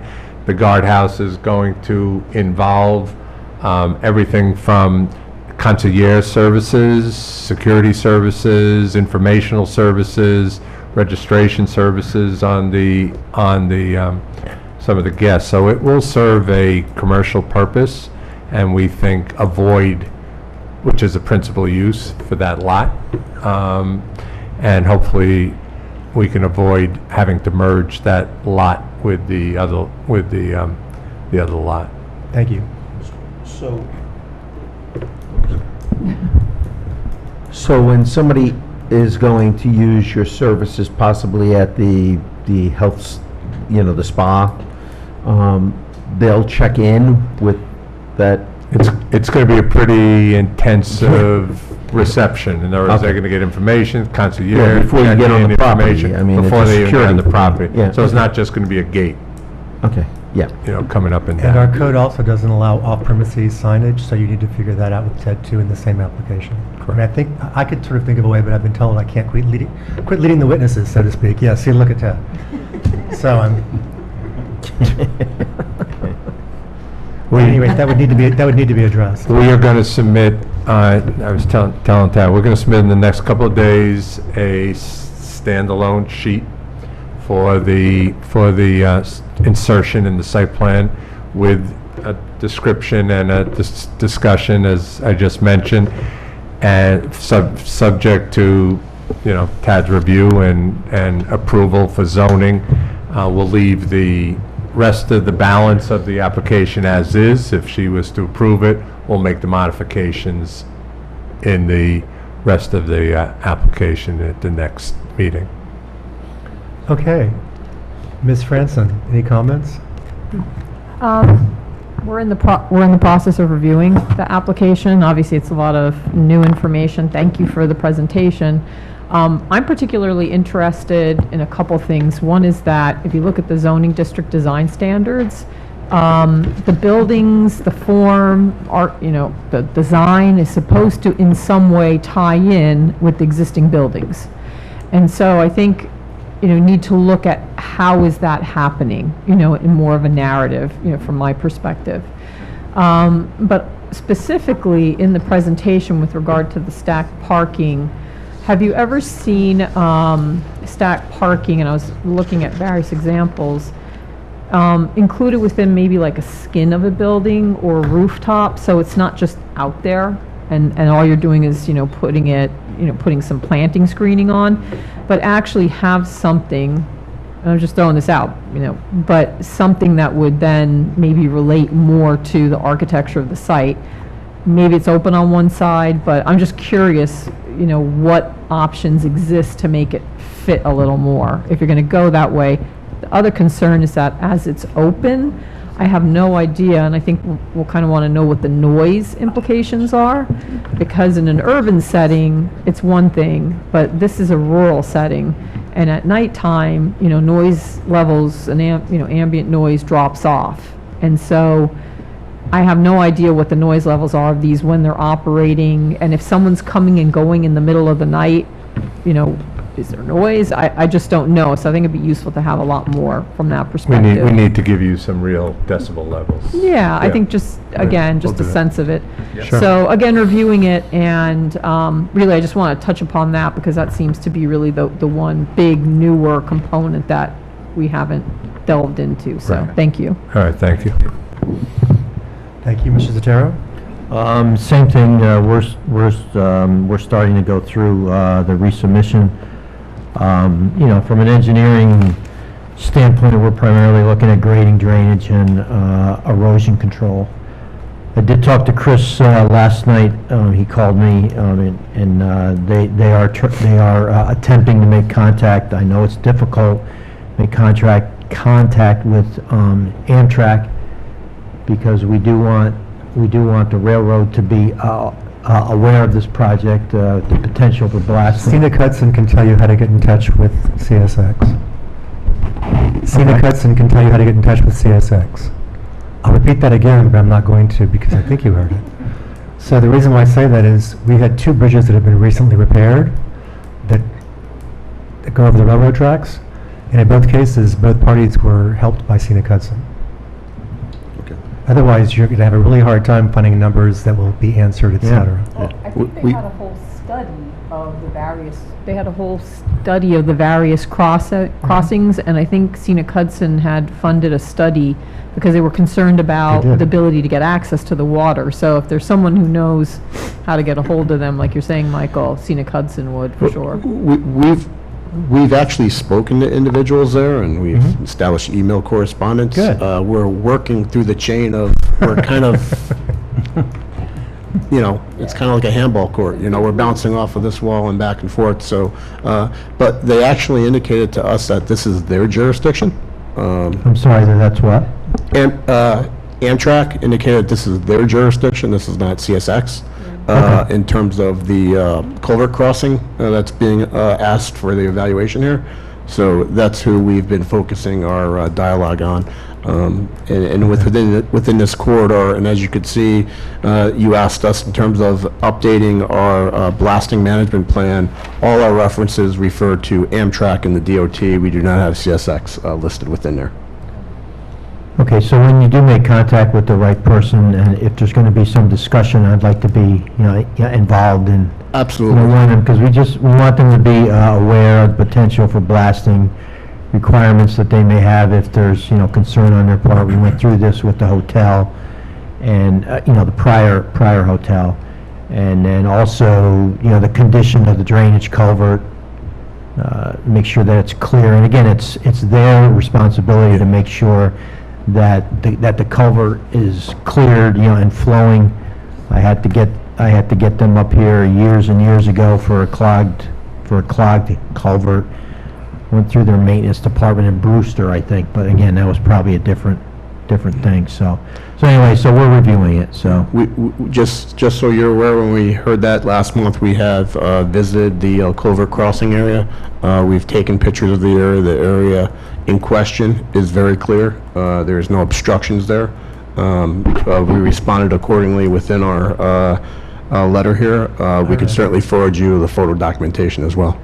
Okay, good, thanks. Do you want the documentation forwarded to you? Sure. Thank you. Ms. Moss, any comments? There is a line that goes from the development across the railroad tracks over towards the river. What is that? There's a line. Right there, that's it. What is that? Is that a stray line on the drawing? Are you proposing a walkway? That's over Scenic to the Hudson's, that's water? Scenic Hudson's easement. They would have to get permission for anything. We didn't put that on there. It's on your drawings. Well, it's on the aerial photograph. It's also on the drawings. Well, Oh, yeah, it is drawn on, yeah, so, yeah. Maybe it's a cat error or something, I don't know. We will find out what that is. Check it out. And we'll get It's rid of it. a stray line. I'll find out. Never heard that phrase before, stray line. Stray line? Stray line. I made it up tonight. Yeah. What? It's effective. Yeah, we Anything else, do. Tab? That's it? Kind of blew it up, I don't know if you can see it. It looks like there's like a lima bean shape. Yeah, okay. So there's a lima bean shape if you really blow up your image, and then there's a line. There's a line. So I don't know if... With the forks. It's coming out of the greenhouse. Cassandra, any comments? Yeah, so we are also still in the process of reviewing one of our concerns Michael already addressed regarding the preliminary use of the gatehouse. The second thing I want to address is the tree clearing permit. There is no tree clearing permit in the Hyde Park Town Code. We will evaluate that as part of the site plan, but it's not a separate entity. Additionally, when you do your cover letter for segmentation, if you could submit any case sites, not just statute sites, if you're relying heavily on any case law. Sure, absolutely. That's it. Thank you. Mr. Waters, comments? Or questions? Well, I guess, there's more review. I need to I'll look deeper into it. I did go over it, and I'm getting my head involved in the project as a whole. Questions about the parking, that would be helpful.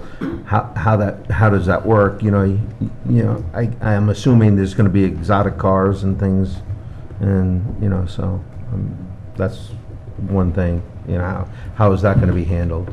I'm guessing everything's valeted on this site now. Convertible, open roofs, things like that, leakage, things like that.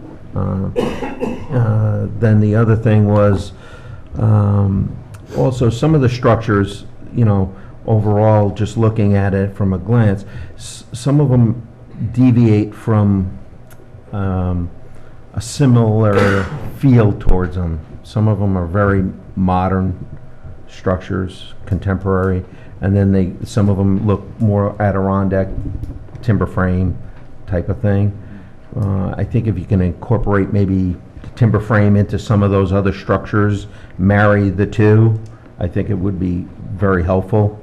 And this way it's not like different styles going on inside of the property.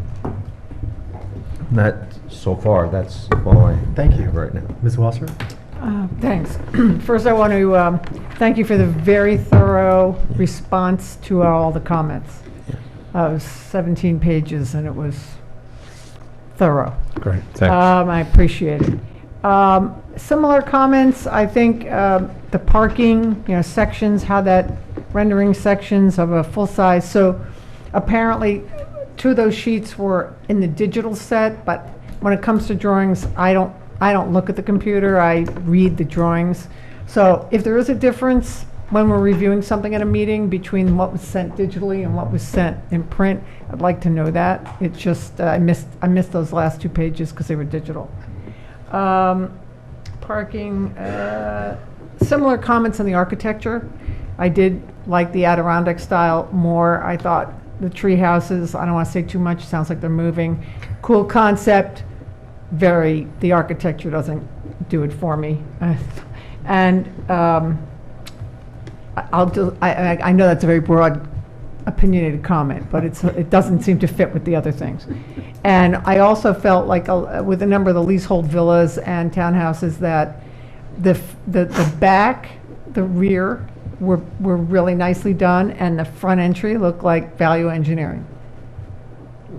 That was my initial response. And that's it for now. I did delve into all the differences. I spent more time just trying to understand what the project is now. Thank you. The entrances are they don't have all the windows. The back sides do. And I did look at that myself when I was going through it.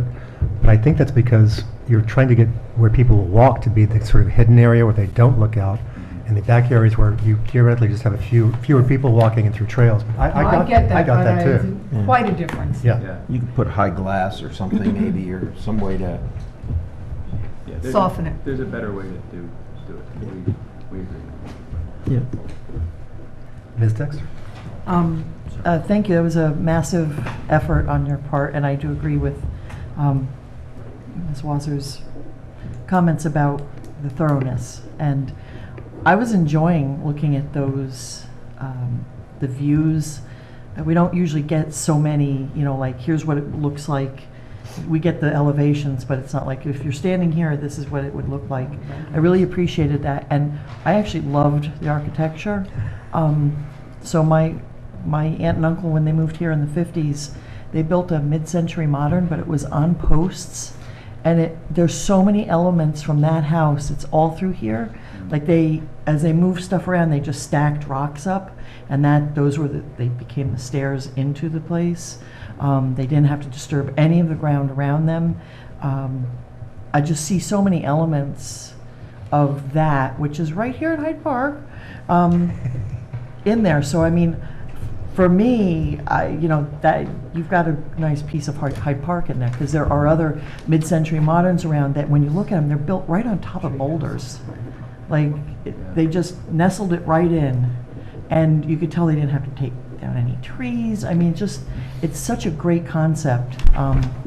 So I was just personally I really, really enjoyed looking at all those. And I kind of like the play of the different elements, where some are peaked roof, some are flat roof, some are, to me, that's how the boulders are. They're like, they shift and they change, and I don't want to see the same thing everywhere. I think you're trying to nestle it in. If it calls for this type of architecture in this section of the site, you're trying to work with that. But I usually leave the architecture to my colleagues, but this one really spoke to me, and I was like, this is nice. I appreciate those comments. We're going to be, we're right here. We're in New York City, so we're planning on being here during the construction to adjust while we're building. And I don't mean change anything, Michael. I mean work with, yeah. He means adjust. Adjust, right. No, but Interior, right? Wait. So long ago, I think it was my first year, I asked the town board to pass a law so that TAD makes a determination if field changes are de minimis or not. She hates it, but it used to be that everything came back to the planning board for, it's moved a quarter of an inch. So there's legitimate ways for this to happen in field, et cetera. I'm not trying to be that. It's just when I hear from Mr. Reynolds, I want to just move this building over here and plop this one over here. It's like, no. So that's what I meant. Anyway, that's all I've absorbed. I like Rob's. I need to wrap my head around this, because it is. But I feel like you're really in the right direction. And I'm laughing when Bonnie was talking about the noise of the. And I'm like, well, at least it's not a helicopter landing at 1 o'clock in the morning. That might be next. It came in, come out. What helicopter? Chris, comments? Yeah, so I like my colleague Rob's comments regarding the Adirondack style. I think if you can somehow like he was suggesting, blend the two, have a modern lodge, modern Adirondack feel. I think it would fit into the landscape very well. I do like the pier and post style. I think that's going to really help you with reducing the, destruction of the landscape that you have. One of my concerns is I didn't see anything about the old Cocoa site. I know you're not going to use it, but what are your plans going forward with that? None. At this point, Chris, we have none. So you're just going to leave it like it is? Look, I don't want to get anyone's hopes up. I mean, there is discussion about maybe speculating, maybe we can buy it at some point, but it's very speculative, very premature for anybody to expect we're going to. It's really just not. It's not viable for renovating at this point for a temporary use. So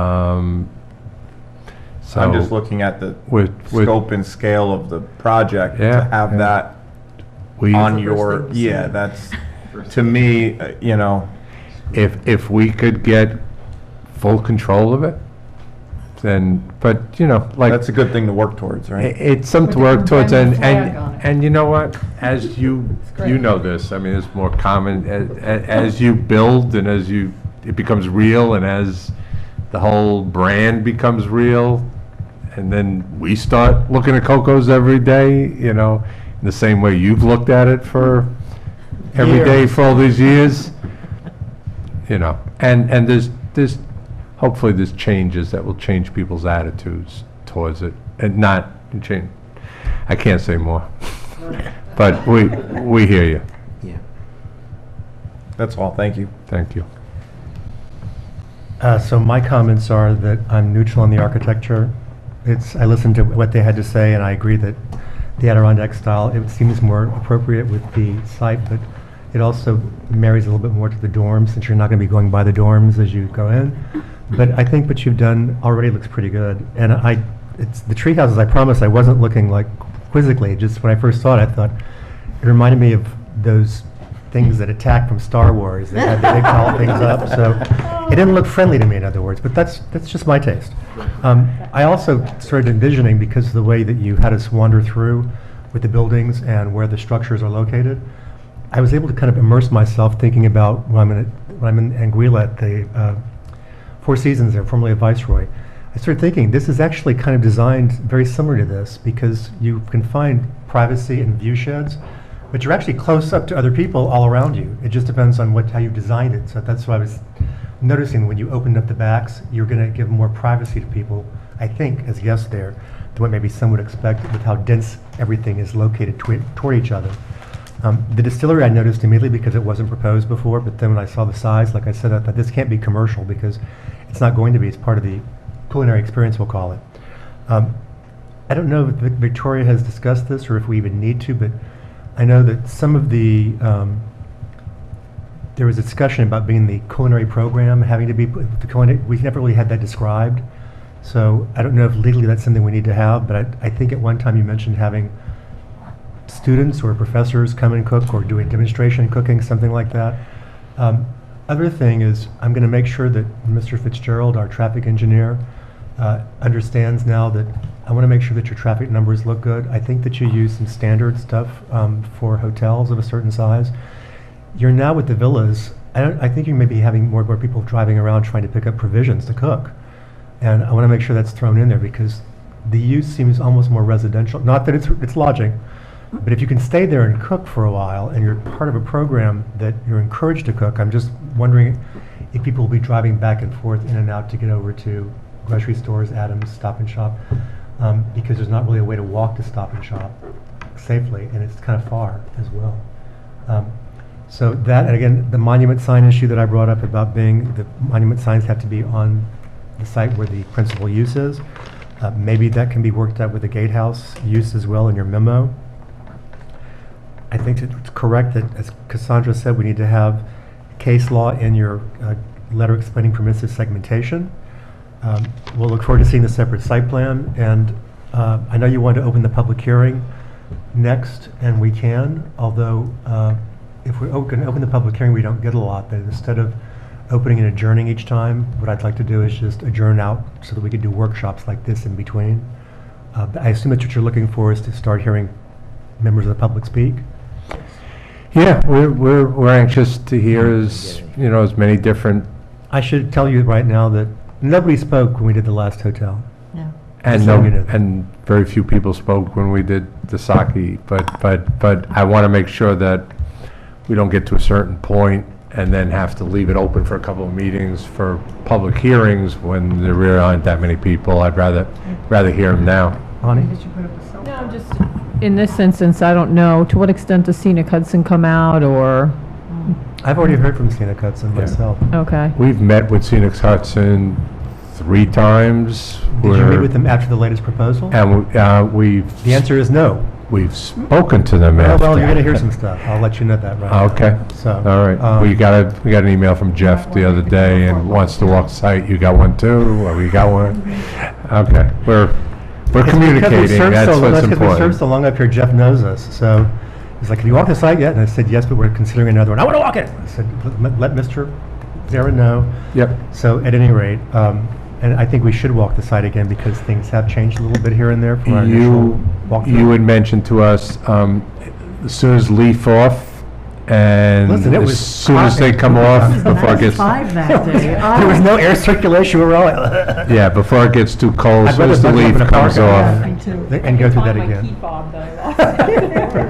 And Michael has or Chris, Yeah, I was gonna mention very that. cool app. Why don't you describe Yeah, I'll that? describe, Avenza Maps is a free app you can download on your phone, and we've geolocated our site plan, so as you walk around, it's incredibly accurate. I was surprised to see how accurate it is. When you walk around, you'll see that you're in one of the villas, and as you turn, you can see exactly what you see. And the comments you made, Michael, about the differences around the site are pretty remarkable, and I think you guys will appreciate that. I guess I said, because of the way you showed it with the buildings, and then this is here, Yeah. I thought, okay, start walking around your head. You get it, Because yeah. I've walked the site enough times. By the way, one of Scenic Hudson's concerns was vernal pools, and I told them, I've walked that site many a time with great space of years in between, but I don't recall seeing any vernal pools there.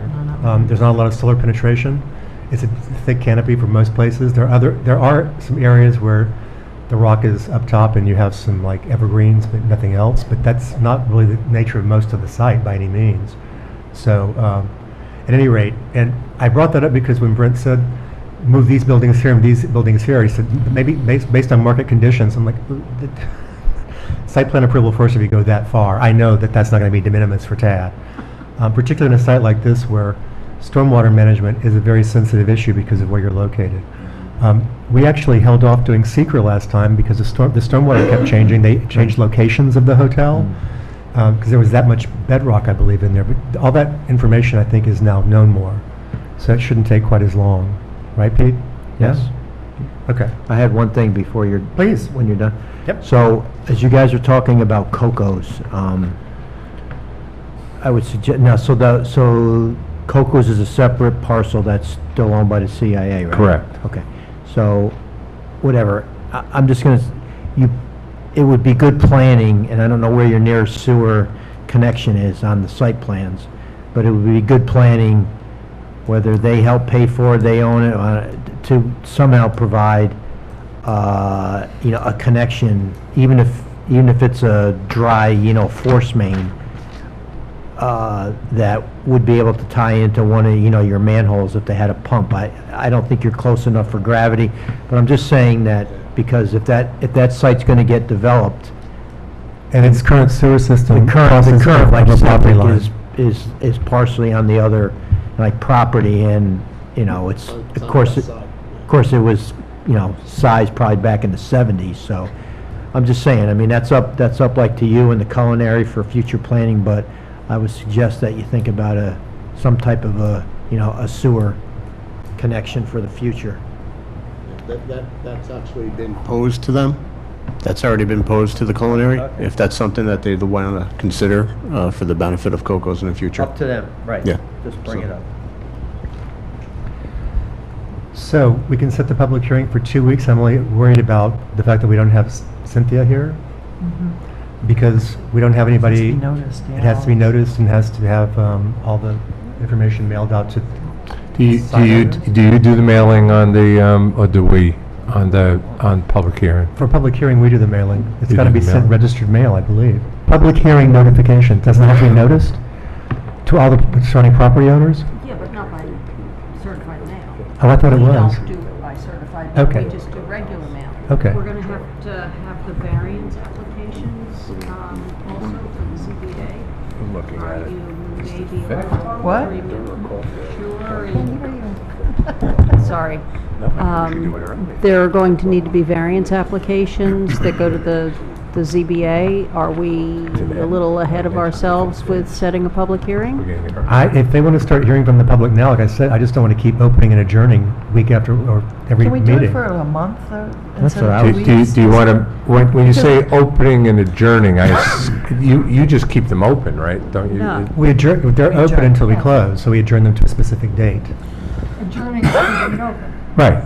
It's Right, kept you open, keep- but it's, when we keep open a public hearing, members of the public can just come in randomly and speak. If we're doing a workshop, then that's what I prefer to do, I is a got it, I workshop got like it. this. You distinguish between workshop and a public hearing. In other words, once we're in a public hearing, we don't want to keep it, doing it every 2 weeks. We'd like to say, if we're going to, it's going to take us another, say, let month, me- let's put it out a month and have a workshop in between. Let's, let me, can I get, do you need to, We're at the do you need vote. to schedule a vote tonight? I mean, if you're going to have it in, 2 weeks, that seems mighty close. especially, with Cynthia. That's All right, what I'm saying. you know what? A month would be better for us. Wait till the next meeting. Why don't we do it the 18th, Okay. October 18th? Okay.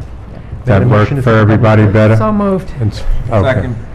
All in favor, please say aye. I know. Aye. Our stomachs are the ones growling up here. We're afraid you've been hearing this. October 18th. Otherwise, I know I would normally summarize the important points tonight, but there weren't that many that were really important, except for broader conversations on architecture and conversation about how to deal with the gatehouse, the sign. I do appreciate you coming up, Scott, to talk to us about the 6 foot, leaving you plenty of space and understanding that you could work from the road in, constructing it from within. You do have a huge firm, so I guess you have more talent than what some of them do. I think you'll need to, again, we'll need to circulate this, recirculate this to the fire department, because they didn't see where the parking is, even though it's just 2 spaces. They're going to want to see that sales trailer, et cetera. But that can also be done because you're making that a sort of not separate application, but you're doing a separate review, want us to do a separate review on it, so we can do it then. And otherwise, I think that's about it. Yeah, Michael, I just thought of something. You were going to direct us if you had any other visuals Right. you wanted us to simulate. That's I what we think have to discuss tonight. you- So, Bonnie, You were a little annoyed that we selected our own, and you wanted to make sure that we got any other. if I was only a ones. little annoyed, then I didn't do my job correctly. I didn't say we- I didn't say we is were lead all- agency. The planning board is lead agency, not the applicant. Sorry. I'm not. By the way, you should have heard me in my very first few years here when they would fill out the part 2 of the EAF. Michael, you had a right to be annoyed. I don't That's what have to tell meant that to anybody say. anymore, though. They all wait for us to do it now. All right. What would you like us to do? So at any rate, So, Michael, in terms of selecting additional vantage points, if you're going to do another site walk off Leaf, does it make sense to maybe think about, because you may not care, depending on what you discover out on the site walk. We did talk about definitely Route 9, because this is, I'm also Yeah. wondering about the Bellafield across the way, because those are taller buildings. yeah. They'll be looking down into everything. I'm not Right. sure that there's anything we can do to mitigate it, but I'd like to at least understand it.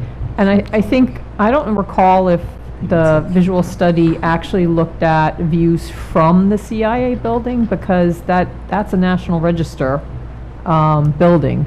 So we should at least be Roth looking Hall, at. you're talking, Roth Hall, the Yeah. Historic Register, which is tall enough probably to see some of this as well, if Yeah. we choose to see it. Roth Hall, we should definitely look at the impacts. I mean, some of their mitigation is already built into this. They're Yeah. required to use earth tones, which is why they've used the colors they have. Right. The use of stone, I'm talking like the applicant again. The materiality they've chosen, we'll call it, tends to blend in, I think, with it, because you can't really mitigate Right. construction completely. But I'm also more thinking about public public spaces where the members of the public could look at this and what they'd have to see. Mhm. Obviously, the hotel's private property. The Roth Hall, the public's not allowed up to the top floors or anything like that, so I was trying to think of locations. Plus, if I recall correctly from looking at the original visual impact analysis, it tended to focus more on where the main, it's changed. We now Yeah, have more growth now, exactly. more development. That one along was 9. focused on like river views. That's what we were focused on before. Right, That's and what now they used. But we this did- is more that it's now stretched across the site. It's now gone over to 9, so you want to see sort of, what are you going to see from 9, I think? So that Can't becomes see critical. anything from 9. There's that one little place that you can, like they said, there's this. Yeah. Otherwise, it's a natural berm. It's. Well, no, they said there's a natural berm, they're going to build a natural berm, which I'm not But really sure you can do. there's But going- 90% of it Enhance is a it. berm. I think and then that there's a little place where there's the drive-in with I where think- there's the access lane. I think we have to look at what the disturbance area is, because on the one hand, the buildings may be limited, but how much do they have to disturb to get the buildings in? So it's really about also where's the tree removal occurring. And so I think once we have a sense of that, you have a better sense of what may or may not be visible. It also depends on what trees are there, if they're all deciduous versus evergreen mix. I think we just need more information from what's happening at Route 9. And When we walked the site during the summer, let's let them finish. The area of concern that was brought up to us is where the emergency access Yep. is going, with the clearing associated with that. Right. We did walk, if you recall, some of the other villa sites, especially perched up above the Marici Kill, but they were screened by the vegetation between Route 9 and the Marici Kill, and as it continued to come up the side slope of the Marici Kill, for which we weren't disturbing. I thought there was a pretty much of a consensus as you're traveling southbound from Coco's towards the culinary, we were maintaining that existing berm that Yep. was screening all the villas along the access drive, and as we kind of meander in towards the main hotel property. So this is what I recall. It was just kind of the focus was the main entry point for the emergency access is where the visual concern was from Route 9. Yeah. So. But I think it doesn't hurt to have some, and I'm not saying you have to do renderings, et cetera, but I think some cross-sections, some, also because you're more sprawled out, let's say, compared to the prior layout, you might just want to, again, for documentation, show closest proximity to the FDR site. Because those are obvious ones, those are National Register, and you may not be visible, but I think it's about documenting that you're not visible, whether it's, again, cross-sections, photos, something. Well, we did the balloon test for the FDR, and we're only reduced height. We're of the- substantially lower. The than those largest, balloon- we did balloon tests with the garage, which was the largest mass on the FDR. So whatever Right. we're building now, i.e.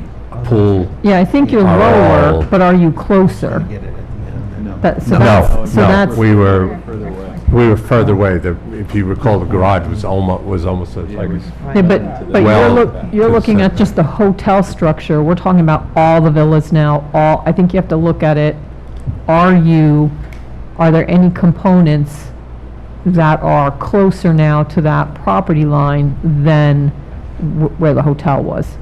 So it's not, we understand the height has definitely come down, and that's a major, I would say, mitigation in terms of visuals. But again, it has more to do with the extent now of the project area. And I think it can be through a series of, again, there are different ways to document whether you might or might not be visible. Yeah, I think in terms of the documentation of those structures which may be closer are the hotel villas in the northwestern portion of the site, adjacent to the wetland area, but there's also a considerable elevation difference between the two. If you look at, there is a retaining wall there, there's an approximately 20-foot elevation difference from the walkway around the hotel to those hotel villas, so they're actually kind of situated in like a depressed area. So although they've encroached closer to the property line, they're substantially lower in elevation and height, that they're not visible from the FDR. We focused last time on the 60-foot structure, and now, as Michael alluded to, we're at 35 feet in terms of the height of the highest structure. Right, so this is exactly the analysis, because you're doing the analysis now. So it's more about just making sure that it's in the EAF as far as... We'll do that, Brian, because quite frankly, we also need to get the consent of the FDR, so we need to show them Also that the they're same not, thing. yeah. So we'll look at it and see if there's any buildings we think that would create any greater impacts or different impacts than we already And studied. speaking up here, we're all thinking, just making sure that you can hide or disguise, we'll say, these stacked cars, because even if it's going to have one pretty side, I think that's the two outsides, and that's going to be behind the berm, you said, but of course there'll be trees removed from there as well, so I just want to make sure that, I think you said you're going to build a natural berm too. Do you mean enhance that berm that's there? Yeah, or build a berm. Build a berm, Yeah. but that's your, sorry, I'm sarcastic, sorry. If it's natural, it's already there. It's like build a bear, build a berm. Next, so can you show that berm again, exactly where you're? Well, I think what we also have to consider is what Bonnie brought up earlier about potential architectural screenings as well. So I think it may be a combination of the two. And as we study that and ensuring that we're environmentally It's better sound. this is better than a big parking garage deck thing, so. Understood, yeah. But we also have to obviously consider the 100-foot stream corridor in that area and be conscientious of that. We've been doing a pretty good job of that with our latest submittal to you, where we've reduced our encroachment, and we want to continue to sustain that in the project.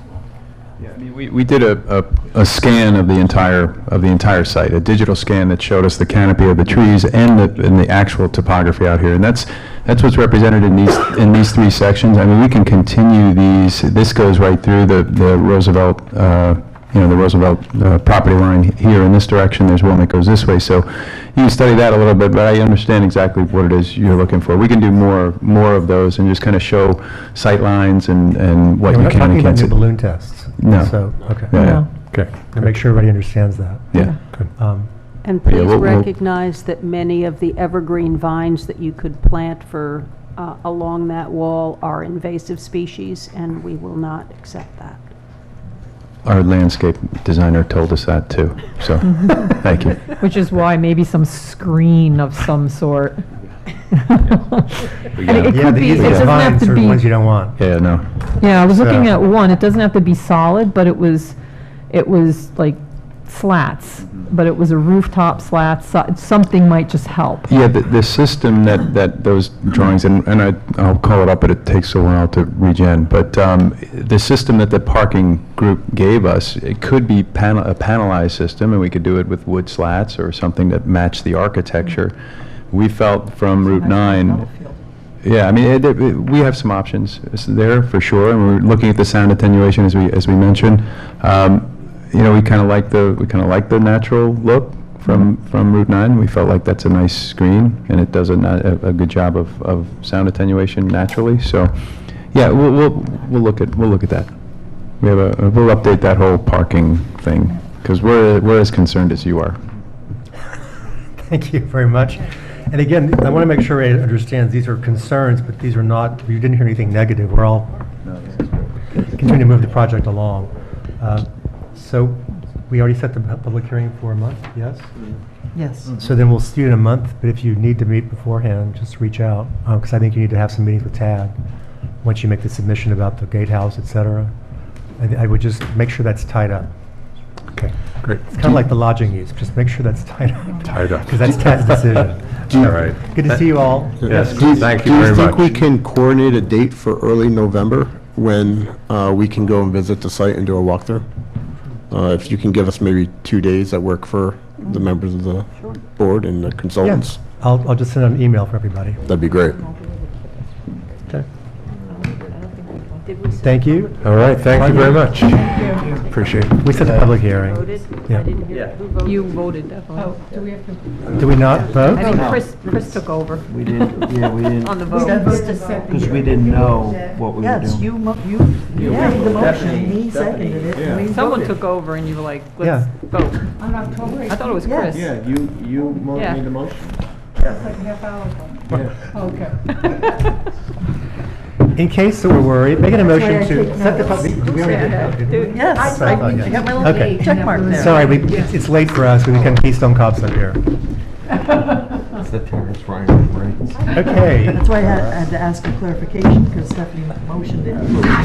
Thank you. Take care. No, Chris, I No, did. I did. Stephanie Made the. Okay. seconded.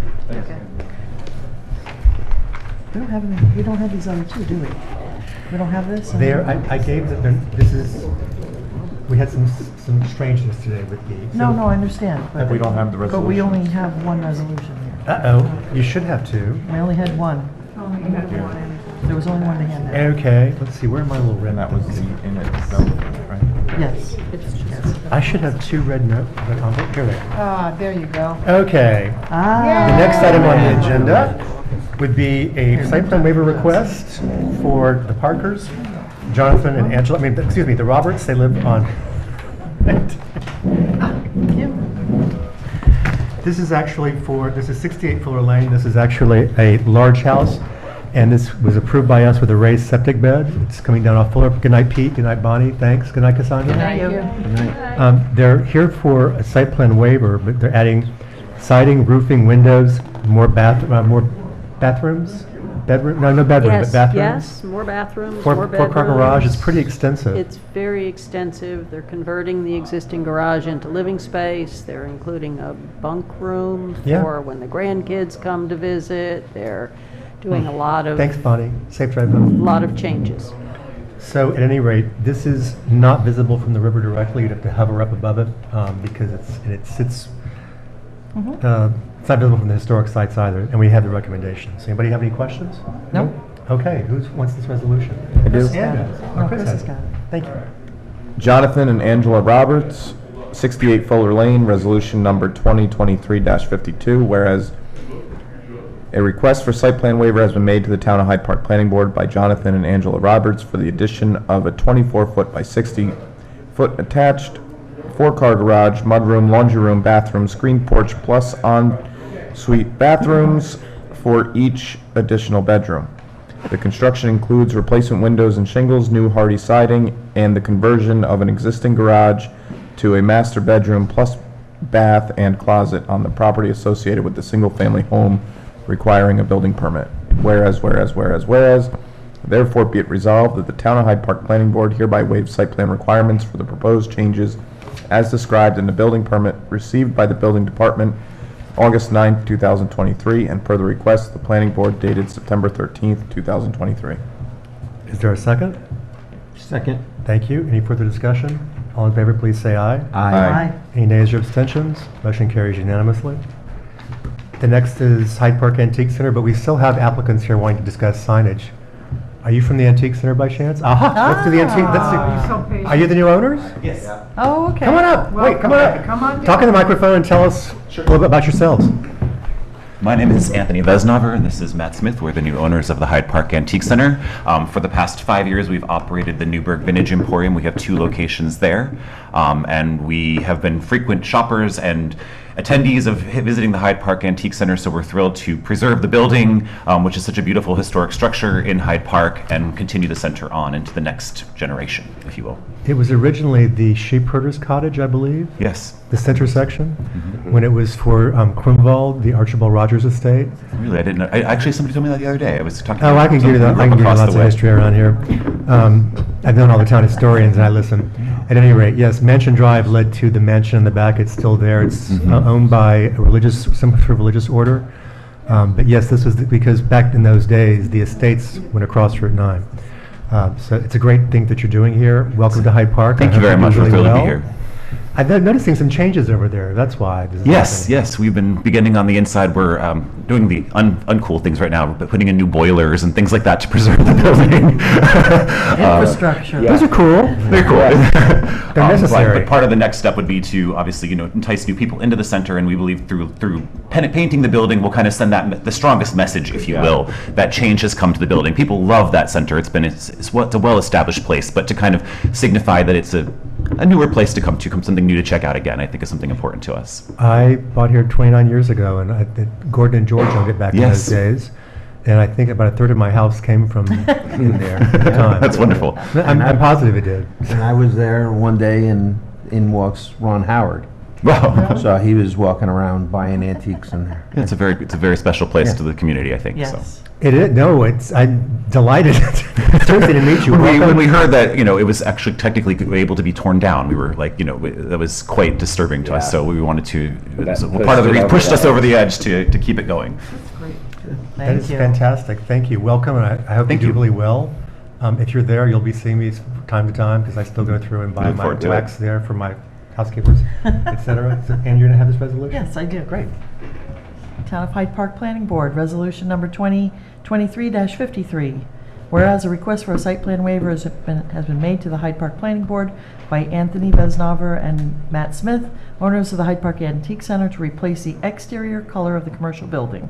The exterior color and trim is iron ore, Sherwin-Williams, and the shutters and front door color is antiquarian brown, Sherwin-Williams. And whereas, therefore be it resolved that the Town of Hyde Park Planning Board hereby waives site plan requirements for the proposed changes as described in the request for a waiver of site plan received by the Planning Department on September 15th, 2023. Second. Any further discussion? All in favor, please say aye. Aye. Motion carries unanimously. Thank you very much. Yes, welcome to Appreciate Hyde it. Park. I'm sorry you had to wait the I whole know. night. Oh, It's okay. It's okay. It was great to be learn more about what's going on. Okay. On two big projects. Yep. you- Wait, just so you know, when we have a waiver recommendation from Ms. Moss, we generally follow her advice. Because it makes everybody's life easier. Thank you very much. Anyway, take care. Have a great He day. speaks softly, but carries a big stick. Gentlemen, Thanks. so, we didn't have time to prepare a resolution for this application. This is for the signage at the hotel at Belfair. Yeah. Because we had our snafus with Tad being out, Cynthia being out now, so nobody got to see it until today. Yep. At any rate, but you can still explain everything to everybody. Terrific. So, the Marriott Did she fill it out? Yes. hired a consultant. You filled it out? Yeah. Oh, so it can be on? Okay. Okay, what? Surprise. I Good do news. what I can to move things forward. Surprise. Good. When Cynthia sent out a revised Yes. agenda, she sent me minutes from the last meeting. It says Chair's draft for September 20th, Okay. but it's minutes from September 6th, so I didn't know what was, if you look, I have 4 different agendas up here I've been trying to juggle, so I didn't know you were still on or not. As well. But we have a resolution prepared. Oh, terrific. Tad, you got Tad the last bit of information, so. Okay. First, for everybody, you can see the signs. Yeah. So the B is no longer on the building. They were asking for a relaxation, for us to use our discretion to allow larger letters on the building itself. Yeah, I like that. Larry provided the calculation to show that it's still an inch forever, or it's just for aesthetics, I suppose. The way it's written in the Belleville sign manual, it just says we have the discretion. Right. But they justified the letter height by pointing out that it seems appropriate for the size of the Yep, building, which yep. I agree with. And we also have 2 monument signs. No, I didn't do mine. Aha, this is just, Just the building. Getting there. We're getting there. Okay, so 50%. we're bifurcating it. That's fine, that's fine. Okay, so that's basically it, then we're Yeah, just approving the but this signs. is a very good illustration. Good. Anybody have any And- questions? Yes. I mean, we sort of saw this already, Yes, he but. does have one. Oh, yes. What is the field? That's just a error, or is that? You mean the brown? An area of light shade? They're showing it, I think they're showing it to show with the. At night. Yeah, the brown's not gonna be there. Yeah, that's Well, not like an awning that you're hanging off the... Right, no, that's supposed to be kind of a red color, right, you know that. Represent the brick. Oh, the Right. brick. Oh, okay, I got you. I thought it was the nighttime. No, this looks like that Sherwin-Williams antiquarian brown, which is It actually does. burnt orange, just so we all know. Right. Okay. It's umber. At any rate, so no, it's just trying to show you the color of the brick, even though it's not. Okay. I didn't know if it was part of the sign, I was like... No, no. I got no. confused with that at the beginning, too. Okay, yeah. Any other questions? No. No, Okay. no.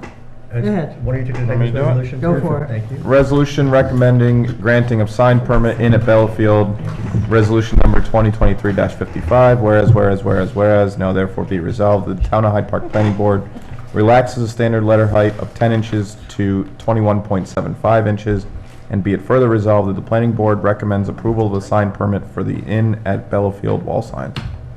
Chairman, that's a typo. Pardon It me? should be 12 inches. 12 inches. Oh. Right. Sorry.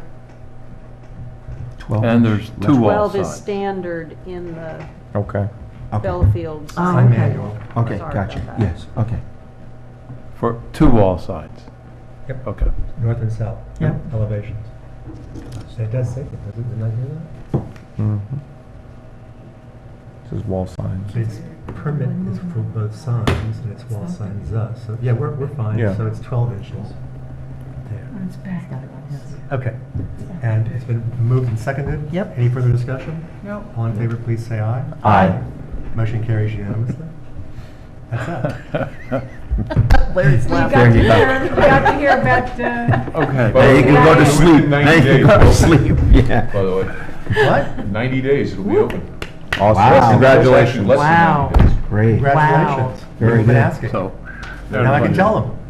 We haven't set a ribbon cutting date yet. the but monument we'll signs, know. what's the next step on that? I just need to compare them to the Okay. special code that you Got guys it. have. Okay. So that would be next time. The question that I need to resolve for myself is whether or not you need a variance for the symbol B, or whether they can relax it, because your code is a little different and it's Yep, more okay. specific than the general code. Okay. So that's what I need to look up. I'm sorry. It's okay. All right. I mean, yes, she's. All right. Thank you, everybody. Thank you. Thank you. Thank Thank you. you for night, hanging good out night. here. They have to have the height of and, no, I wouldn't want to see inside of my front window. No. But we can't No. consider that. How about a motion to We have a adjourn? closed meeting, have So we? how was your Can I get a trip? motion to adjourn? So moved. Second. All in favor, please say aye. Aye. Thank you to the town board for providing the materials and resources to televise our meetings. And thank you, Tony. Thank you, Tony. But yeah, that was very frustrating. Yes.